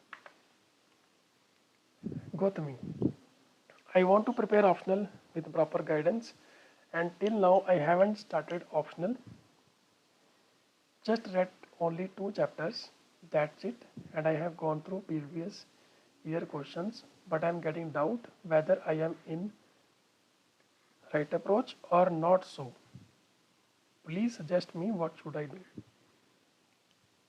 ठीक है, प्रॉपर गाइडेंस आप स्टार्ट करना चाहते हैं, अभी तक प्रिपरेशन स्टार्ट नहीं किया आपने, सिर्फ 2 ही चैप्टर्स को आपने पढ़ा है और PYQs आपने देखे हैं, फिर भी आपको डाउट हो रहा है कि सही अप्रोच है कि नहीं है। जी, सबसे पहले तो मैं आपको चीज़ बोलूँगा कि अगर आप कहीं भी राइट अप्रोच ढूंढनी हो, भले ही GS की बात हो चाहे ऑप्शनल की बात हो, चलो GS को हटाओ यार, GS को रहने दो, हम जोलॉजी की बात करते हैं ना, GS के बारे में अभी नहीं बात करेंगे। ज़ूलॉजी की बात करें तो कैसे पता चले कि हम राइट अप्रोच पे हैं कि नहीं? सबसे पहले क्या, उसके 10 ईयर्स के PYQs आप देखिए, 10 ईयर्स PYQs। अगर इन 10 साल के PYQs में आपको कम से कम 70 to 80 डिफरेंट क्वेश्चंस ऐसे लग रहा है कि सुने हुए हैं, वैसे आपको उनके आंसर्स आते हैं नहीं आते हैं, that is a separate thing. आपको फैक्चुअली वो चीज़ें याद है नहीं याद है उसका कोई लेना देना नहीं है, ठीक है। सिर्फ इतना कि 70 से 80 डिफरेंट क्वेश्चन आने सुने हुए होने चाहिए, आपने पता होना चाहिए। अच्छा ठीक है, ट्रांसलेशन की बात कर रहा, हाँ ठीक है, पता है व्हाट इज ट्रांसलेशन, पता है मेरे को, अभी करंटली याद नहीं कौन से हार्मोन होते हैं, कौन से एंजाइम होते हैं, या क्या प्रोसेस है, अभी करंटली याद नहीं है, बट सुना हुआ मैंने, पढ़ूंगा तो याद आ जाएगा। अगर इस तरह से आपको हर सिलेबस का हर क्वेश्चन आपको जैसे 70 जैसे डिफरेंट क्वेश्चन आपको याद है तो डेफिनेटली आप बिल्कुल राइट अप्रोच में हैं, ठीक है। अगर लेकिन ऐसा है कि कोई भी ऑप्शन है, चाहे ज़ूलॉजी है चाहे कोई और भी है, आपने 10 साल के PYQs देखे, कोई आइडिया ही नहीं आ रहा, कोई बनी की नहीं लग रही, आप हार्डली 20 से 30 डिफरेंट क्वेश्चन ही आप लग रहा है कि ये तो हाँ थोड़ा बहुत सुना हुआ है, मेजर पार्ट सिलेबस का कभी सुना ही नहीं है, तो मैं गारंटी से कह सकता हूँ बिल्कुल गलत अप्रोच है आपकी। इनफैक्ट आपने ऑप्शन भी गलत चूज़ कर लिया है, ठीक है। तो PYQs सबसे बड़ा ब्रह्मास्त्र UPSC के PYQs, इससे आपको पता चलेगा राइट अप्रोच पे है कि नहीं है, ठीक है। उसके अलावा कि what should I do, see आपको zoology optional daily answer writing program को ज्वाइन करना चाहिए।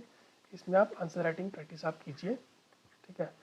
जब आप आंसर राइटिंग प्रैक्टिस आप करेंगे तो अपने आप आपका जो कॉन्फिडेंस है वो आपका बनेगा, आपको लगेगा कि मैं PYQs को सॉल्व कर पा रहा हूँ, ठीक है। और आप देखेंगे अभी देखो अभी मेंस भी होगा मई के बाद, आई थिंक लगभग 80 से 90 डेज़ के बीच में होगा, मुझे एग्जैक्ट डेट उसकी भी पता नहीं है, मैं शेड्यूल आई थिंक निकाल दी UPSC ने, बट मुझे याद नहीं है। तो उसमें देखेंगे जो पेपर आएगा उसमें भी अगर आपको लग रहा है कि 80% से ऊपर या 80% के आसपास 70-80% क्वेश्चन मैंने मतलब सुने हुए हैं, देखे हुए हैं, तो उससे क्लियर हो जाता है कि हाँ ठीक है आप बिल्कुल सही अप्रोच पे आप चल रहे हो। लेकिन मान लो कि ऐसा है कि आप 70-80% पे नहीं, फिर 50% पर ही हो आप, आपको आधे से ज़्यादा क्वेश्चन आपको मतलब पता ही नहीं है कि मैं सुना ही नहीं है कभी कि क्या होता है ये, तो डेफिनेटली फिर तो गलत अप्रोच है आपकी, ठीक है। लेकिन अदरवाइज आपने सुना हुआ है तो डेफिनेटली बिल्कुल सही अप्रोच है, you are going on right track, ठीक है। उसके अलावा कोई दिक्कत आती है, कोई परेशानी आती है, you can always personally text me on @thezoologist_bot on Telegram. Rajneesh, answer writing related भैया मैं काफ़ी बार बता चुका हूँ आपको, ये ना लग रहा है सिर्फ प्रोग्राम को प्रमोट कर रहा है, ये नहीं प्रमोट नहीं कर रहा, मैं बता रहा हूँ कि हाँ ठीक है, zoology optional daily answer writing program को आप प्लीज़ ज्वाइन कर लीजिएगा, जो कि प्रीलिम्स के बाद स्टार्ट होगा। संदीप कल से सेंड इकोनॉमिक एक्वाकल्चर, अच्छा तो वो मेरे को ना प्लीज़ आप @thezoologist_bot पे सेंड कीजिएगा, ये डायरेक्ट टॉपिक जो भी चाहिए होगा आपको, तो मैं रिकमेंड करूँगा कि सोर्स यहाँ से मिल जाएगा आपको, तो मैं आपको आज से ही ठीक है सेंड कर दूँगा। Shanaya Singh, please suggest A comprehensive resource and answer writing tips. Comprehensive sources मैंने बता दिए वीडियो की स्टार्टिंग में, मिस शनाया आप प्लीज़ एक बार इस वीडियो को ना स्टार्टिंग से देखना, उसके आई थिंक स्टार्टिंग के 5-6 मिनट में ही होना चाहिए वो, तो बुक लिस्ट वगैरह सब मैंने बताया, इसमें सोर्सेज क्या होने चाहिए वो सब मैंने बताया आपको, मतलब सबको बताया उस वीडियो में। और आंसर राइटिंग टिप्स तो आप जूडा प्रोग्राम जो मैंने कभी वीडियो में बताया, बार बार बोला उसको ज्वाइन कीजिएगा, तो मैं टिप्स भी साथ में बताता रहता हूँ उसमें, जब वैल्यूएशन करता हूँ तो बताते रहता हूँ, इसमें हमने ये नहीं लिखा वो चीज़ नहीं लिखी, तो वो चीज़ आती रहेगी उसमें, ठीक है। ओपल, सिलेबस को रिवीजन कैसे करें और कुछ टॉपिक इनकम्प्लीट है, जो टॉपिक इनकम्प्लीट है उनके शॉर्ट नोट्स बना लो खुद से, ठीक है। और अगर कोई चीज़ टॉपिक है जो समझ नहीं आ रहा, यूट्यूब की हेल्प लो, ChatGPT की हेल्प लो। और रिवीजन कैसे करें सिलेबस को, तो ये तो एक तो मैंने बोला स्लॉट झूठा, वो 120 दिन में पूरे सिलेबस को रिवाइज करता है, वो पूरे 120 डेज में पूरे सिलेबस को कवर करता है। तो ये तरीका आपका कि इसको आप फॉलो करो। दूसरा है झूठा, इसका शेड्यूल है 60 डेज़ का, तो पहले आप स्लो झूठा को फॉलो कीजिए 120 दिन में सिलेबस को कवर कीजिए, फिर उसके बाद झूठा शेड्यूल फॉलो कीजिएगा 60 डेज़ में सिलेबस को कवर कीजिएगा, दोनों आपका रिवाइज हो जाएंगे, ठीक है। फिर भी कुछ भी दिक्कत आती है तो आप प्लीज़ आप पर्सनली टेक्स्ट कर सकते हैं। Reshma, I have not completed syllabus, I would like to start all over in zoology preparation as I had taken a break during my preparation in 2024. ठीक है. I am targeting 2027 IFS CSC. I want to start in July. ठीक है. Along with my work in state government department. ठीक है. I need a strategy and a plan to finish the syllabus and answer writing practice, which can be wrapped up by December 2026. I have not taken any special coaching for optional before. I have completed quadita and non-quadita part, ये cover हो चुका है आपका. Also need guidance in notes making. ठीक है. ठीक है, तो बड़ी सारी क्वेरीज हैं. पहले बात करें, धीरे धीरे बात करते हैं. 2024 में आपने ब्रेक लिया था. अभी नेक्स्ट अटेम्प्ट आपका 2027 में होने वाला है. ठीक है. और इस बार तो आप जुलाई 2026 में स्टार्ट करने वाली हैं. जुलाई 2026 में स्टार्ट करने वाले हैं आप. और आपका टारगेट है दिसंबर 2026, जो कि बहुत अच्छा टारगेट है. क्योंकि मैंने वीडियो स्टार्टिंग में जैसे बोला था आपको कि लगभग 6 महीने आपको लगते हैं ज़ूलॉजी को कवर करने में. ठीक है. कवर करने में आप इसको 4 महीने भी कर सकते हैं. स्लॉट जोड़ा का जो प्रोग्राम है वो 4 महीने का है.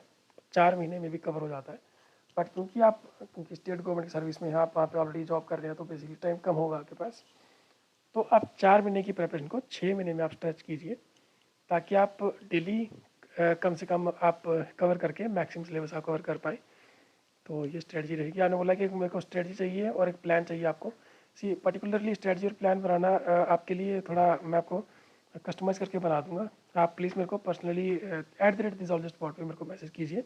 आप बताइए कि मैं रेशमा हूँ, मैंने आपको क्वेरी भेजी थी, इस तरह के से आप बताइए कि मेरी ये रिक्वायरमेंट है, तो मैं पर्टिकुलरली आपके लिए प्लान बना के आपको बता दूंगा कि इस तरह से आप इसको डिवाइड आप कर सकते हैं. ठीक है. बाकी आपने ज़ूलॉजी कोचिंग नहीं ली है. मैक्सिमम जो एस्पिरेंट्स हैं ज़ूलॉजी वाले जो क्रैक करते हैं, वो उन्होंने ज़ूलॉजी कोचिंग नहीं ली होती. तो वो चीज़ है. Don't worry. आपने क्वालिटा नॉन क्वालिटा कवर किया अभी तक, कोई दिक्कत नहीं. सारा कवर हो जाएगा आपका. और नोट्स मेकिंग में आपको गाइडेंस चाहिए. ठीक है. मेरे को प्लीज़ आप टेक्स्ट कीजिए, आप है ना, personally. I will do what ever it's in my capacity. Sudipta Ranjan, need a daily answer writing group with strategy for qualitative preparation and consistency in optional subject. Miss Sudipta, इसी वीडियो की डिस्क्रिप्शन में आप देखिएगा, एक ग्रुप होगा ज़ूलॉजी डिस्कशन ग्रुप. इसका link आप copy कीजिए. ठीक है. अपने टेलीग्राम ऐप को ओपन कीजिए, उसके सर्च बार में इसको आप पेस्ट कीजिए और इसको ओके कर दीजिए. आपको ग्रुप आएगा ज़ूलॉजी डिस्कशन ग्रुप, इसको ज्वाइन कर लीजिए. यह आपका आंसर राइटिंग ग्रुप है. स्ट्रैटेजी भी से मिल जाएगी, क्वालिटी प्रिपरेशन भी से मिल जाएगी, कंसिस्टेंसी भी मिल जाएगी. Samriddhi, how to get answers evaluated. एक तरीका तो यह कि आप अगर आंसर राइटिंग कर रहे हैं तो वो आंसर्स आपको ज़ूलॉजी डिस्कशन ग्रुप में भेजने हैं, वो वैल्यूएट हो जाएंगे वहाँ पे. ठीक है. उसके बाद अगर आपने टेस्ट सीरीज ली है पेड वाली, तो उसमें भी मैंने जो नोटिफिकेशन होती है उसमें बताया होता है कि कैसे आपको कॉपी आपको मिलेगी वैल्यूएट होके. आपको बेसिकली कॉपी मेरे को मेल करनी होती है. एक पर्टिकुलर मेल है, उसे मेल करनी होती है. वो आपको उसी मेल से वापस आकर रिवर्ट आएगा लगभग 10 डेज़ में, ऑलमोस्ट 10 डेज़ में. 14 डेज़ लगते हैं कभी कभी. तो कॉपी वैल्यूएट होकर आपके पास वापस आ जाएगी. तो यही तरीका है. Since no topper copies are available, नहीं है अवेलेबल. टेलीग्राम चैनल आप ज्वाइन कर लीजिए, उसमें है available. How to analyse and self evaluate pattern of writing. See copies available हैं. ठीक है, वो आप देख लेना. How to analyse and self evaluate, कैसे कर रहे हैं इवेल्यूएट. पहली बात तो सेल्फ इवेल्यूएट करने के लिए पहला तरीका क्या है कि टॉपर की कॉपीज़ आप देखिए. ठीक है. हाउ टू एनालाइज कैसे करना है, तो आप ज़ूलॉजी डिस्कशन ग्रुप में आंसर्स, काफ़ी सारे आंसर्स वहाँ तो ऑलरेडी पड़े हुए हैं. आप उसमें फाइल सेक्शन में जाएंगे ना, फाइल सेक्शन है उसके अंदर, वहाँ पे ऑलरेडी काफ़ी सारे एस्पिरेंट्स के आंसर्स पड़े हुए हैं. आप उनसे भी कंपेयर कर सकते हैं. प्लस जब ये zoology option daily answer writing program start होगा, तब उसमें बड़े सारे एस्पिरेंट्स लिख के आंसर्स को भेजेंगे. तो उनसे भी आप अपने आंसर्स को कंपेयर करके आप देख सकते हैं तो उससे आप एनालाइज भी कर पाएंगे और एवेल्यूएट भी कर पाएंगे। ठीक है। How to make time table for revision specially during mains. तो बेसिकली खैर अगर बात की जाए टाइम टेबल बनाएं, मैं आपको बताता हूँ। सी, एक आपका पार्ट है जीएस का, एक पार्ट आपका ऑप्शनल का। मेजरली आपको ये दो चीज़ें मोटी मोटी कवर करनी होती हैं यूपीएससी के अंदर। क्वेरी का आपकी how to make time table for revision, ठीक है, मेंस के लिए। अब सिर्फ मेंस की बात कर रहा हूँ मैं, ठीक है। मेंस के दौरान, मेंस के दौरान टोटल टाइम है आपके पास, उसका आपको जीएस भी कवर करनी है, ऑप्शनल भी कवर करना है, प्लस उसमें क्या कवर करना है आपको, current affairs plus value addition. ठीक है, ये मोटी मोटी तीन चीज़ें आपको कवर करनी होती है मेंस के अंदर। उसके अलावा एसए भी है, पर एसए के लिए मैं रिकमेंड करूँगा कि आप उसको पर्टिकुलरली उसको रोज़ मत कवर कीजिए, उसको आप रख दीजिए वीक एंड्स पे। ठीक है, वीक एंड्स पे रख दीजिए उसको। जैसे मान लो सैटरडे संडे आपने रख दिया, तो एसए को तब कवर कीजिए। जीएस के लिए मैं रिकमेंड करूँगा कि अपना देखो, आप डिपेंड करता है कि आपका कौन सा पार्ट ज़्यादा स्ट्रॉन्ग है। लाइक लेट अस सपोज आपका ऑप्शन जो है वो नॉर्मल सा है, लाइक मतलब आप इतना ज़्यादा स्ट्रॉन्ग भी नहीं है, इतना ज़्यादा कमज़ोर भी नहीं है, तो आई विल रिकमेंड कि anywhere between 4 to 5 hours optional को दीजिए, और लगभग 4 to 5 आवर्स आप जीएस को आप दीजिए। ठीक है, और करंट अफेयर्स में आप डेली 1 से 2 आवर्स आप दे सकते हैं समथिंग। तो अगर आप 4 घंटे का स्लॉट रखेंगे, 4 घंटे का दूसरा स्लॉट और 1 घंटे का ये स्लॉट, तो टोटल आपको 4 4 8 और 1 9 9 आवर्स आपके डेली चाहिए आपको मेंस की तैयारी के लिए। ठीक है, लेकिन मान लो कि आपको लगता है कि जीएस आपका काफ़ी वीक है, तो मैं रिकमेंड करूँगा कि जीएस को आप 6 आवर्स दीजिए, और ऑप्शनल में टाइम आप रिड्यूस कर लीजिए। लेट अस सपोज आपने 3 आवर्स कर ली यहाँ पे, तो 1 आवर समथिंग आपको यहाँ पे देना पड़ेगा। फिर इसमें आवर्स इंक्रीज हो जाएंगे आपके, जो ये 10 आवर्स का हो जाएगा। ठीक है, और आपको इंक्रीज करने पड़ेंगे, कुछ ना कुछ इस तरह से एडजस्टमेंट करनी पड़ेगी आपको। तो व्हाट आई विल रिकमेंड, इसको हटाते हैं। अगर मैं आपकी जगह होता तो मैं कैसे करता, लाइक मान लो ये जीएस है, ये है ऑप्शनल, ऑप्शनल मतलब जूलॉजी ऑप्शनल।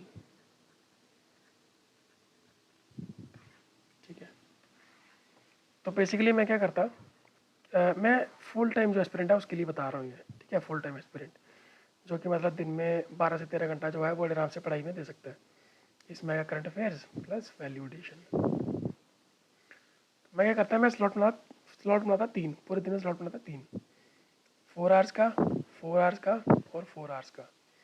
टोटल हो गया कि 12 घंटे, 4 4 8 और 4 12। सी, कुछ लोग बोलेंगे फिजिबल नहीं है, ये बिल्कुल मानता हूँ इस चीज़ को मैं कि फिजिबल नहीं है 12 घंटे एक साथ पढ़ना। ये जो 4 घंटे है ना, ये सारे 4 घंटे आपको पढ़ना नहीं है। ठीक है, इस 4 घंटे में लगा लीजिए कि 1 आवर की फ्लेक्सिबिलिटी है, 1 आवर की फ्लेक्सिबिलिटी है। तो बेसिकली आपको 3 घंटे यहाँ पढ़ना है, 3 घंटे यहाँ पढ़ना है, 3 घंटे आप यहाँ रख सकते हैं। ठीक है, इसमें करंट अफेयर वैल्यूएशन प्लस इसमें आप आंसर राइटिंग पे लगा लीजिए, आंसर राइटिंग प्रैक्टिस या फिर टेस्ट सीरीज। ठीक है, तो जीएस को बेसिकली आप 4 घंटे दीजिए, कोई भी जीएस का सब्जेक्ट जो आप पढ़ते हैं उसको 4 घंटे पढ़ना है आपको। और ये जो जूलॉजी ऑप्शनल है इसको भी 4 आवर्स का स्लॉट रख लीजिए। और एक ये वाला स्लॉट है ना, इसमें 4 आवर्स रखिए ज़रूर है बेसिकली, लेकिन आप करंट अफेयर्स तो आप मैक्सिमम 1 आवर 2 आवर ही पढ़ पाएंगे। उसके अलावा 1 आवर आप कर लीजिए आंसर राइटिंग प्रैक्टिस, या फिर आप टेस्ट सीरीज लिखें। टेस्ट सीरीज में तो ऑब्वियसली 3 घंटे आपको चाहिए होते हैं, तो अकॉर्डिंगली आप कर लीजिए। अगर आप टेस्ट सीरीज लिख रहे हैं तो फिर आपको करंट अफेयर्स उस दिन आप नहीं कवर कर पाएंगे, क्योंकि 3 घंटे तो आपके टेस्ट लिखने में जाएंगे आपके, तो फिर उस दिन आप वो चीज़ नहीं कर पाएंगे। अगर आप टेस्ट नहीं लिख रहे हैं तो 1 घंटा आप करंट अफेयर दे दीजिए, 1 घंटा आप दे दीजिए आप आंसर राइटिंग को। पीछे बचे आके 2 आवर्स, तो 2 आवर्स को आप बफर जोन की तरह रखिए, बफर पॉइंट की तरह रखिए। ये बेसिकली अगर आपका मान लो जीएस का टारगेट कंप्लीट नहीं हो पाता या ऑप्शनल का टारगेट कंप्लीट नहीं हो पाता, तो वो आप इसमें आप कवर कर सकते हैं। प्लस क्योंकि अगर आप लगातार पढ़ रहे हैं, अरे हाँ, एक चीज़ बताना भूल गया आपको मैं, ये 4 घंटे के बाद ब्रेक लेनी होती, कम से कम आपको 30 मिनट्स की ब्रेक लेनी है आपको, थोड़ी सी लंबी ब्रेक, या 1 आवर की ब्रेक ले सकते हैं। बट ऑब्वियसली डिपेंड करता है कि आप फुल टाइम तैयारी कर रहे हैं कि आप किस तरीके से तैयारी कर रहे हैं। तो यही मैं आपको रिकमेंड करूँगा कि हर स्लॉट के बाद आपको एक ब्रेक रखनी है आपको, और समथिंग इस तरह से आप तैयारी को कर सकते हैं। लेकिन पर्टिकुलरली लाइक आपको लगता है कि नहीं, मेरे को एक कस्टमाइज शेड्यूल चाहिए, जनरल शेड्यूल नहीं चाहिए मेरे को कि क्या करना है क्या नहीं करना है। अगर आपको बिल्कुल कस्टमाइज शेड्यूल चाहिए, लाइक मतलब मैं एकदम मेंटर की तरह, कि मेरे को पर्सनली मेंटर करें कोई, कि मुझे पता है कि आज मुझे क्या करना चाहिए, कल मुझे क्या करना है, डेली टारगेट्स क्या होने चाहिए, टेस्ट कब रखना है, कौन सा टेस्ट पहले रखना है, जीएस के लिए, ऑप्शनल के लिए। तो डेफिनेटली मेरे को आप रिजोलॉजिस्ट पार्ट में मैसेज कर सकते हैं। सी मैं सिर्फ जोलॉजी के लिए गाइड नहीं कर सकता, मैं आपको जीएस के लिए भी गाइड कर सकता हूँ। ठीक है, तो कोई भी आपको दिक्कत आती है, भले ही जीएस में आती है, एससी में आती है, जोलॉजी में आती है, तो I will be always there to help. तो प्रोवाइडेड कि आपका प्रीलिम्स क्वालिफाई होना चाहिए, तो तब आप इसकी टेंशन लो, तब आपको बनता है ये, है ना। अदरवाइज़ आपको टेंशन लेने की ज़रूरत नहीं है। अदरवाइज़ जो आप तैयारी करेंगे प्रीलिम्स के अलावा, जैसे मान लो प्रीलिम्स अगर क्वालिफाई, जब जहाँ एग्जाम नहीं दे रहे या फिर मान लो क्वालिफाई नहीं होता, तब उसकी स्ट्रेटजी काफ़ी अलग रहेगी। ठीक है, इफ़ आई कुडंट, अरे देखिए वही क्वेश्चन आ गया, if couldn't clear prelims how should the revision strategy look like. ठीक है, इसके लिए भी मैं आपको बता दूंगा, मेरे को प्लीज़ आप टेक्स्ट कर दीजिए। ठीक है, एक्चुअली क्या है कि इसको बताने के लिए पूरा आपको काफ़ी लंबा टाइम लगेगा, 30-40 मिनट्स कम से कम लगेंगे इसमें। दैट इज़ वाई इस वीडियो में इसको एड्रेस नहीं कर रहा, बट मुझे पर्सनल टेक्स्ट कर दिया दिस ऑल स्पॉट पे, तो आई विल डेफिनेटली हेल्प। ठीक है, till which month to continue revision, अगर आप मेंस की बात कर रहे हैं तो दिसंबर तक आपको पूरा मेंस का सिलेबस कंप्लीट करना होता है विद ऑप्शनल, ऑप्शनल के साथ। ठीक है, कोशिश करनी चाहिए 15 दिसंबर से पहले कंप्लीट हो जाए, लेकिन अगर 15 दिसंबर तक नहीं कंप्लीट होता तो 15 डेज़ का बफर लेके चलिए, 15-16 डेज़ का। 31 दिसंबर तक किसी भी हाल में बाय हुक और क्रुक आपको मेंस का सिलेबस कंप्लीट करना है। 1 जन से आपको प्रीलिम्स की तैयारी स्टार्ट कर देनी है। ठीक है, ये आपका गोल होना चाहिए। Where to find effective resources with respect to paper 2 since books are difficult to cover. Definitely books are difficult to cover. तो पेपर 2 के लिए अनुराग मिश्रा सर के नोट्स हैं, मैंने बताया, जैसे काजल मैम के नोट्स हैं, उनको आप रेफ़र कीजिए। और उसके अलावा अगर आपको लगता है कि मेरे से कुछ भी आपको मतलब बहुत दिक्कत आ रही है पेपर 2 को पढ़ने के लिए, तो मैं रिकमेंड करूँगा कि आप PYQs को देखिए। ठीक है, PYQs को देखिए, उसमें ना कुछ पर्टिकुलर कोर टॉपिक्स हैं जो जिसपे यूपीएससी बार बार क्वेश्चन पूछती है, सबसे पहले उनको कवर कीजिए। उसके बाद में जो बाकी टॉपिक्स आगे बच जाते हैं पेरिफेरल टॉपिक्स, उनको कवर कीजिए।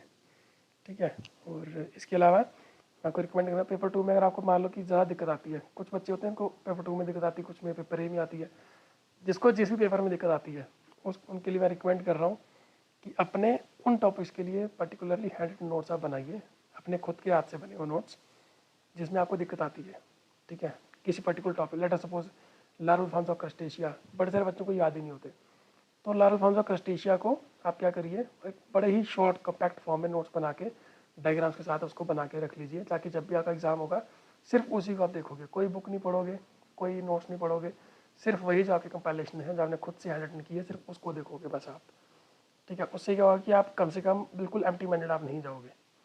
ठीक है, और उसको बार बार आप उसको, जब आपको चीज़ें याद हो जाए, लेट अस सपोज आपको वो चीज़ आपको अच्छे से याद होगी पहले, तो फिर आगे अगर ये बुक को दोबारा से देखिए और कुछ उसमें नई एडिशन आप कर सकते हैं, वो भी आप कीजिए फिर accordingly.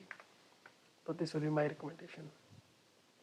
In addition to the doubts asked in previous form, how to reach you regarding query or advice or mentorship on Telegram, any personal ID. C personal ID तो मैं ऐसे जनरली मैं किसी को ऐसे नहीं देता, क्योंकि मुझे एक्चुअली बहुत सारे मैसेज आते हैं और मैं उनको देख नहीं पाता। तो दिसोलॉजिस्ट बॉट बेसिकली है टेलीग्राम पे। टेलीग्राम पे आप जाएंगे तो THEZOLOGST_bot, ये टेलीग्राम पे इसको सर्च कीजिएगा। ठीक है, इस पर आप हाई या हेलो सेंड कीजिए तो आई विल रिस्पॉन्ड। ठीक है, ये बॉट बेशक लिखा पर ये बॉट नहीं है। ठीक है, बड़े सारे लोगों को लगता है कि AI ये नहीं है, AI नहीं है, मैं ही इस पर रिस्पॉन्ड करता हूँ।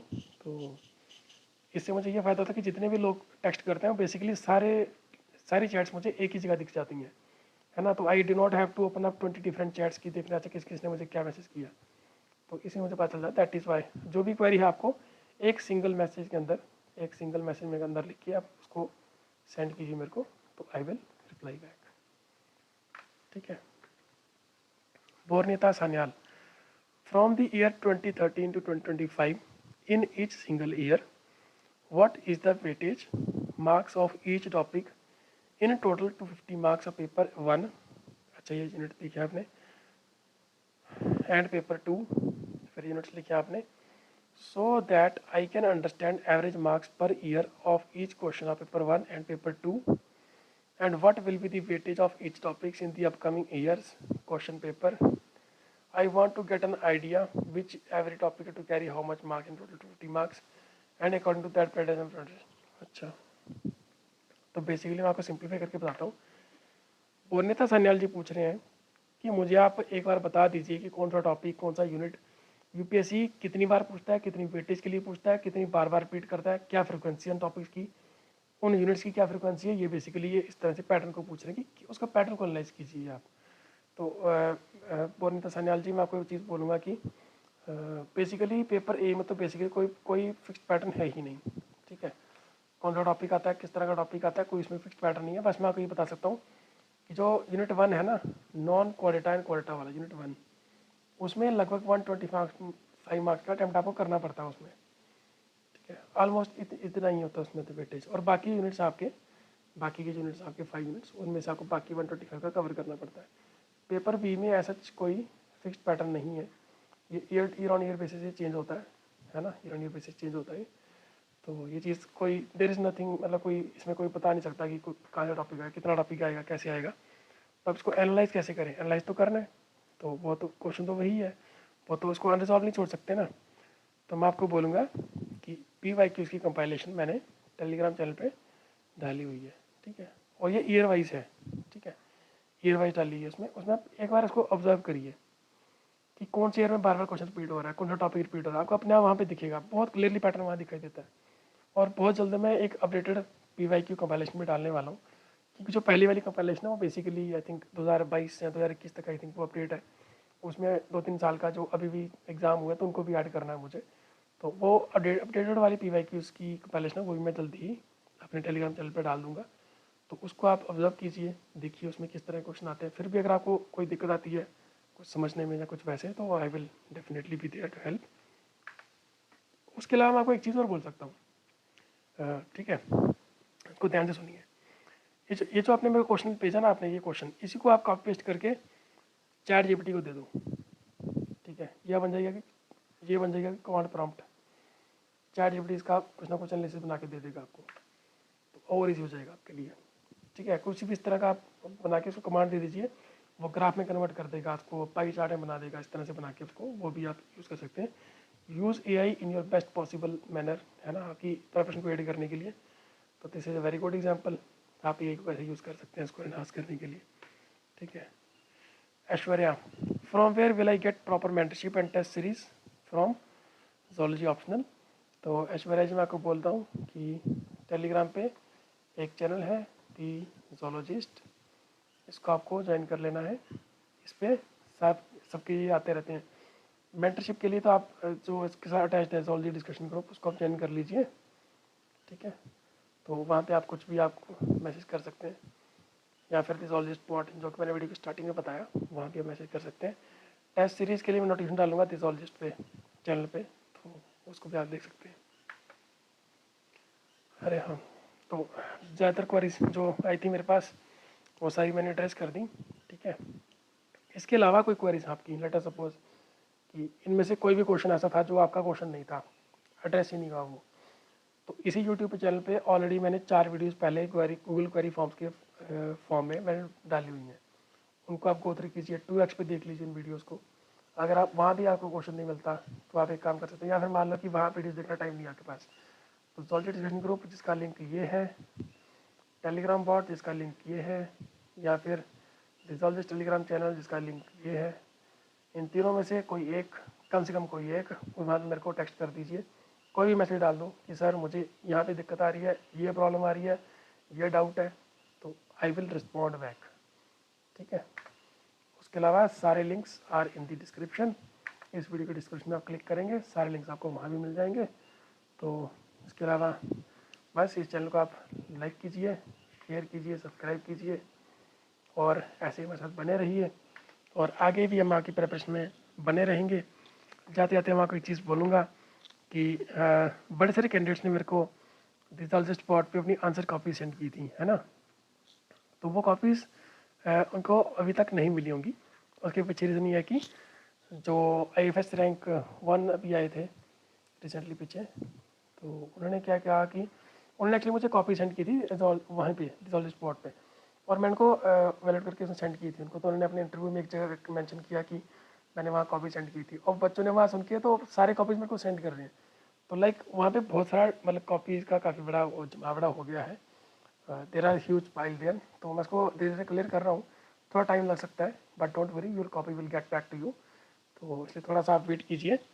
तो लेकिन जो नए कैंडिडेट्स हैं जो अभी आंसर्स लिख रहे हैं और टेस्ट लिखेंगे, तो मैं उनको ये बोलूँगा कि आप प्लीज़ जोलॉजी स्पॉट पे अपनी कॉपीज़ को सेंड मत कीजिए, आप जो जोलॉजी डिस्कशन ग्रुप है वहाँ पे सेंड कीजिए, ठीक है। बाकी अपनी प्रिपरेशन आप अच्छे से कीजिए और अपने प्रीलिम्स की तैयारी अच्छे से कीजिए। यही इसी उम्मीद के साथ मैं आपसे विदा लूँगा और मिलूँगा आपसे नई वीडियो में। फिर आपसे बात होगी। और प्रीलिम्स के बाद याद रखिएगा जूडा प्रोग्राम जो भी लॉन्च होने वाला आपका, तो एक तो वो है और उसके अलावा जो आपका ज़ूलॉजी पीरियड टेस्ट सीरीज़ है वो भी आपकी लॉन्च होगी। तो मिलते हैं फिर आपसे जल्दी प्रीलिम्स के बाद। Okay bye, take care.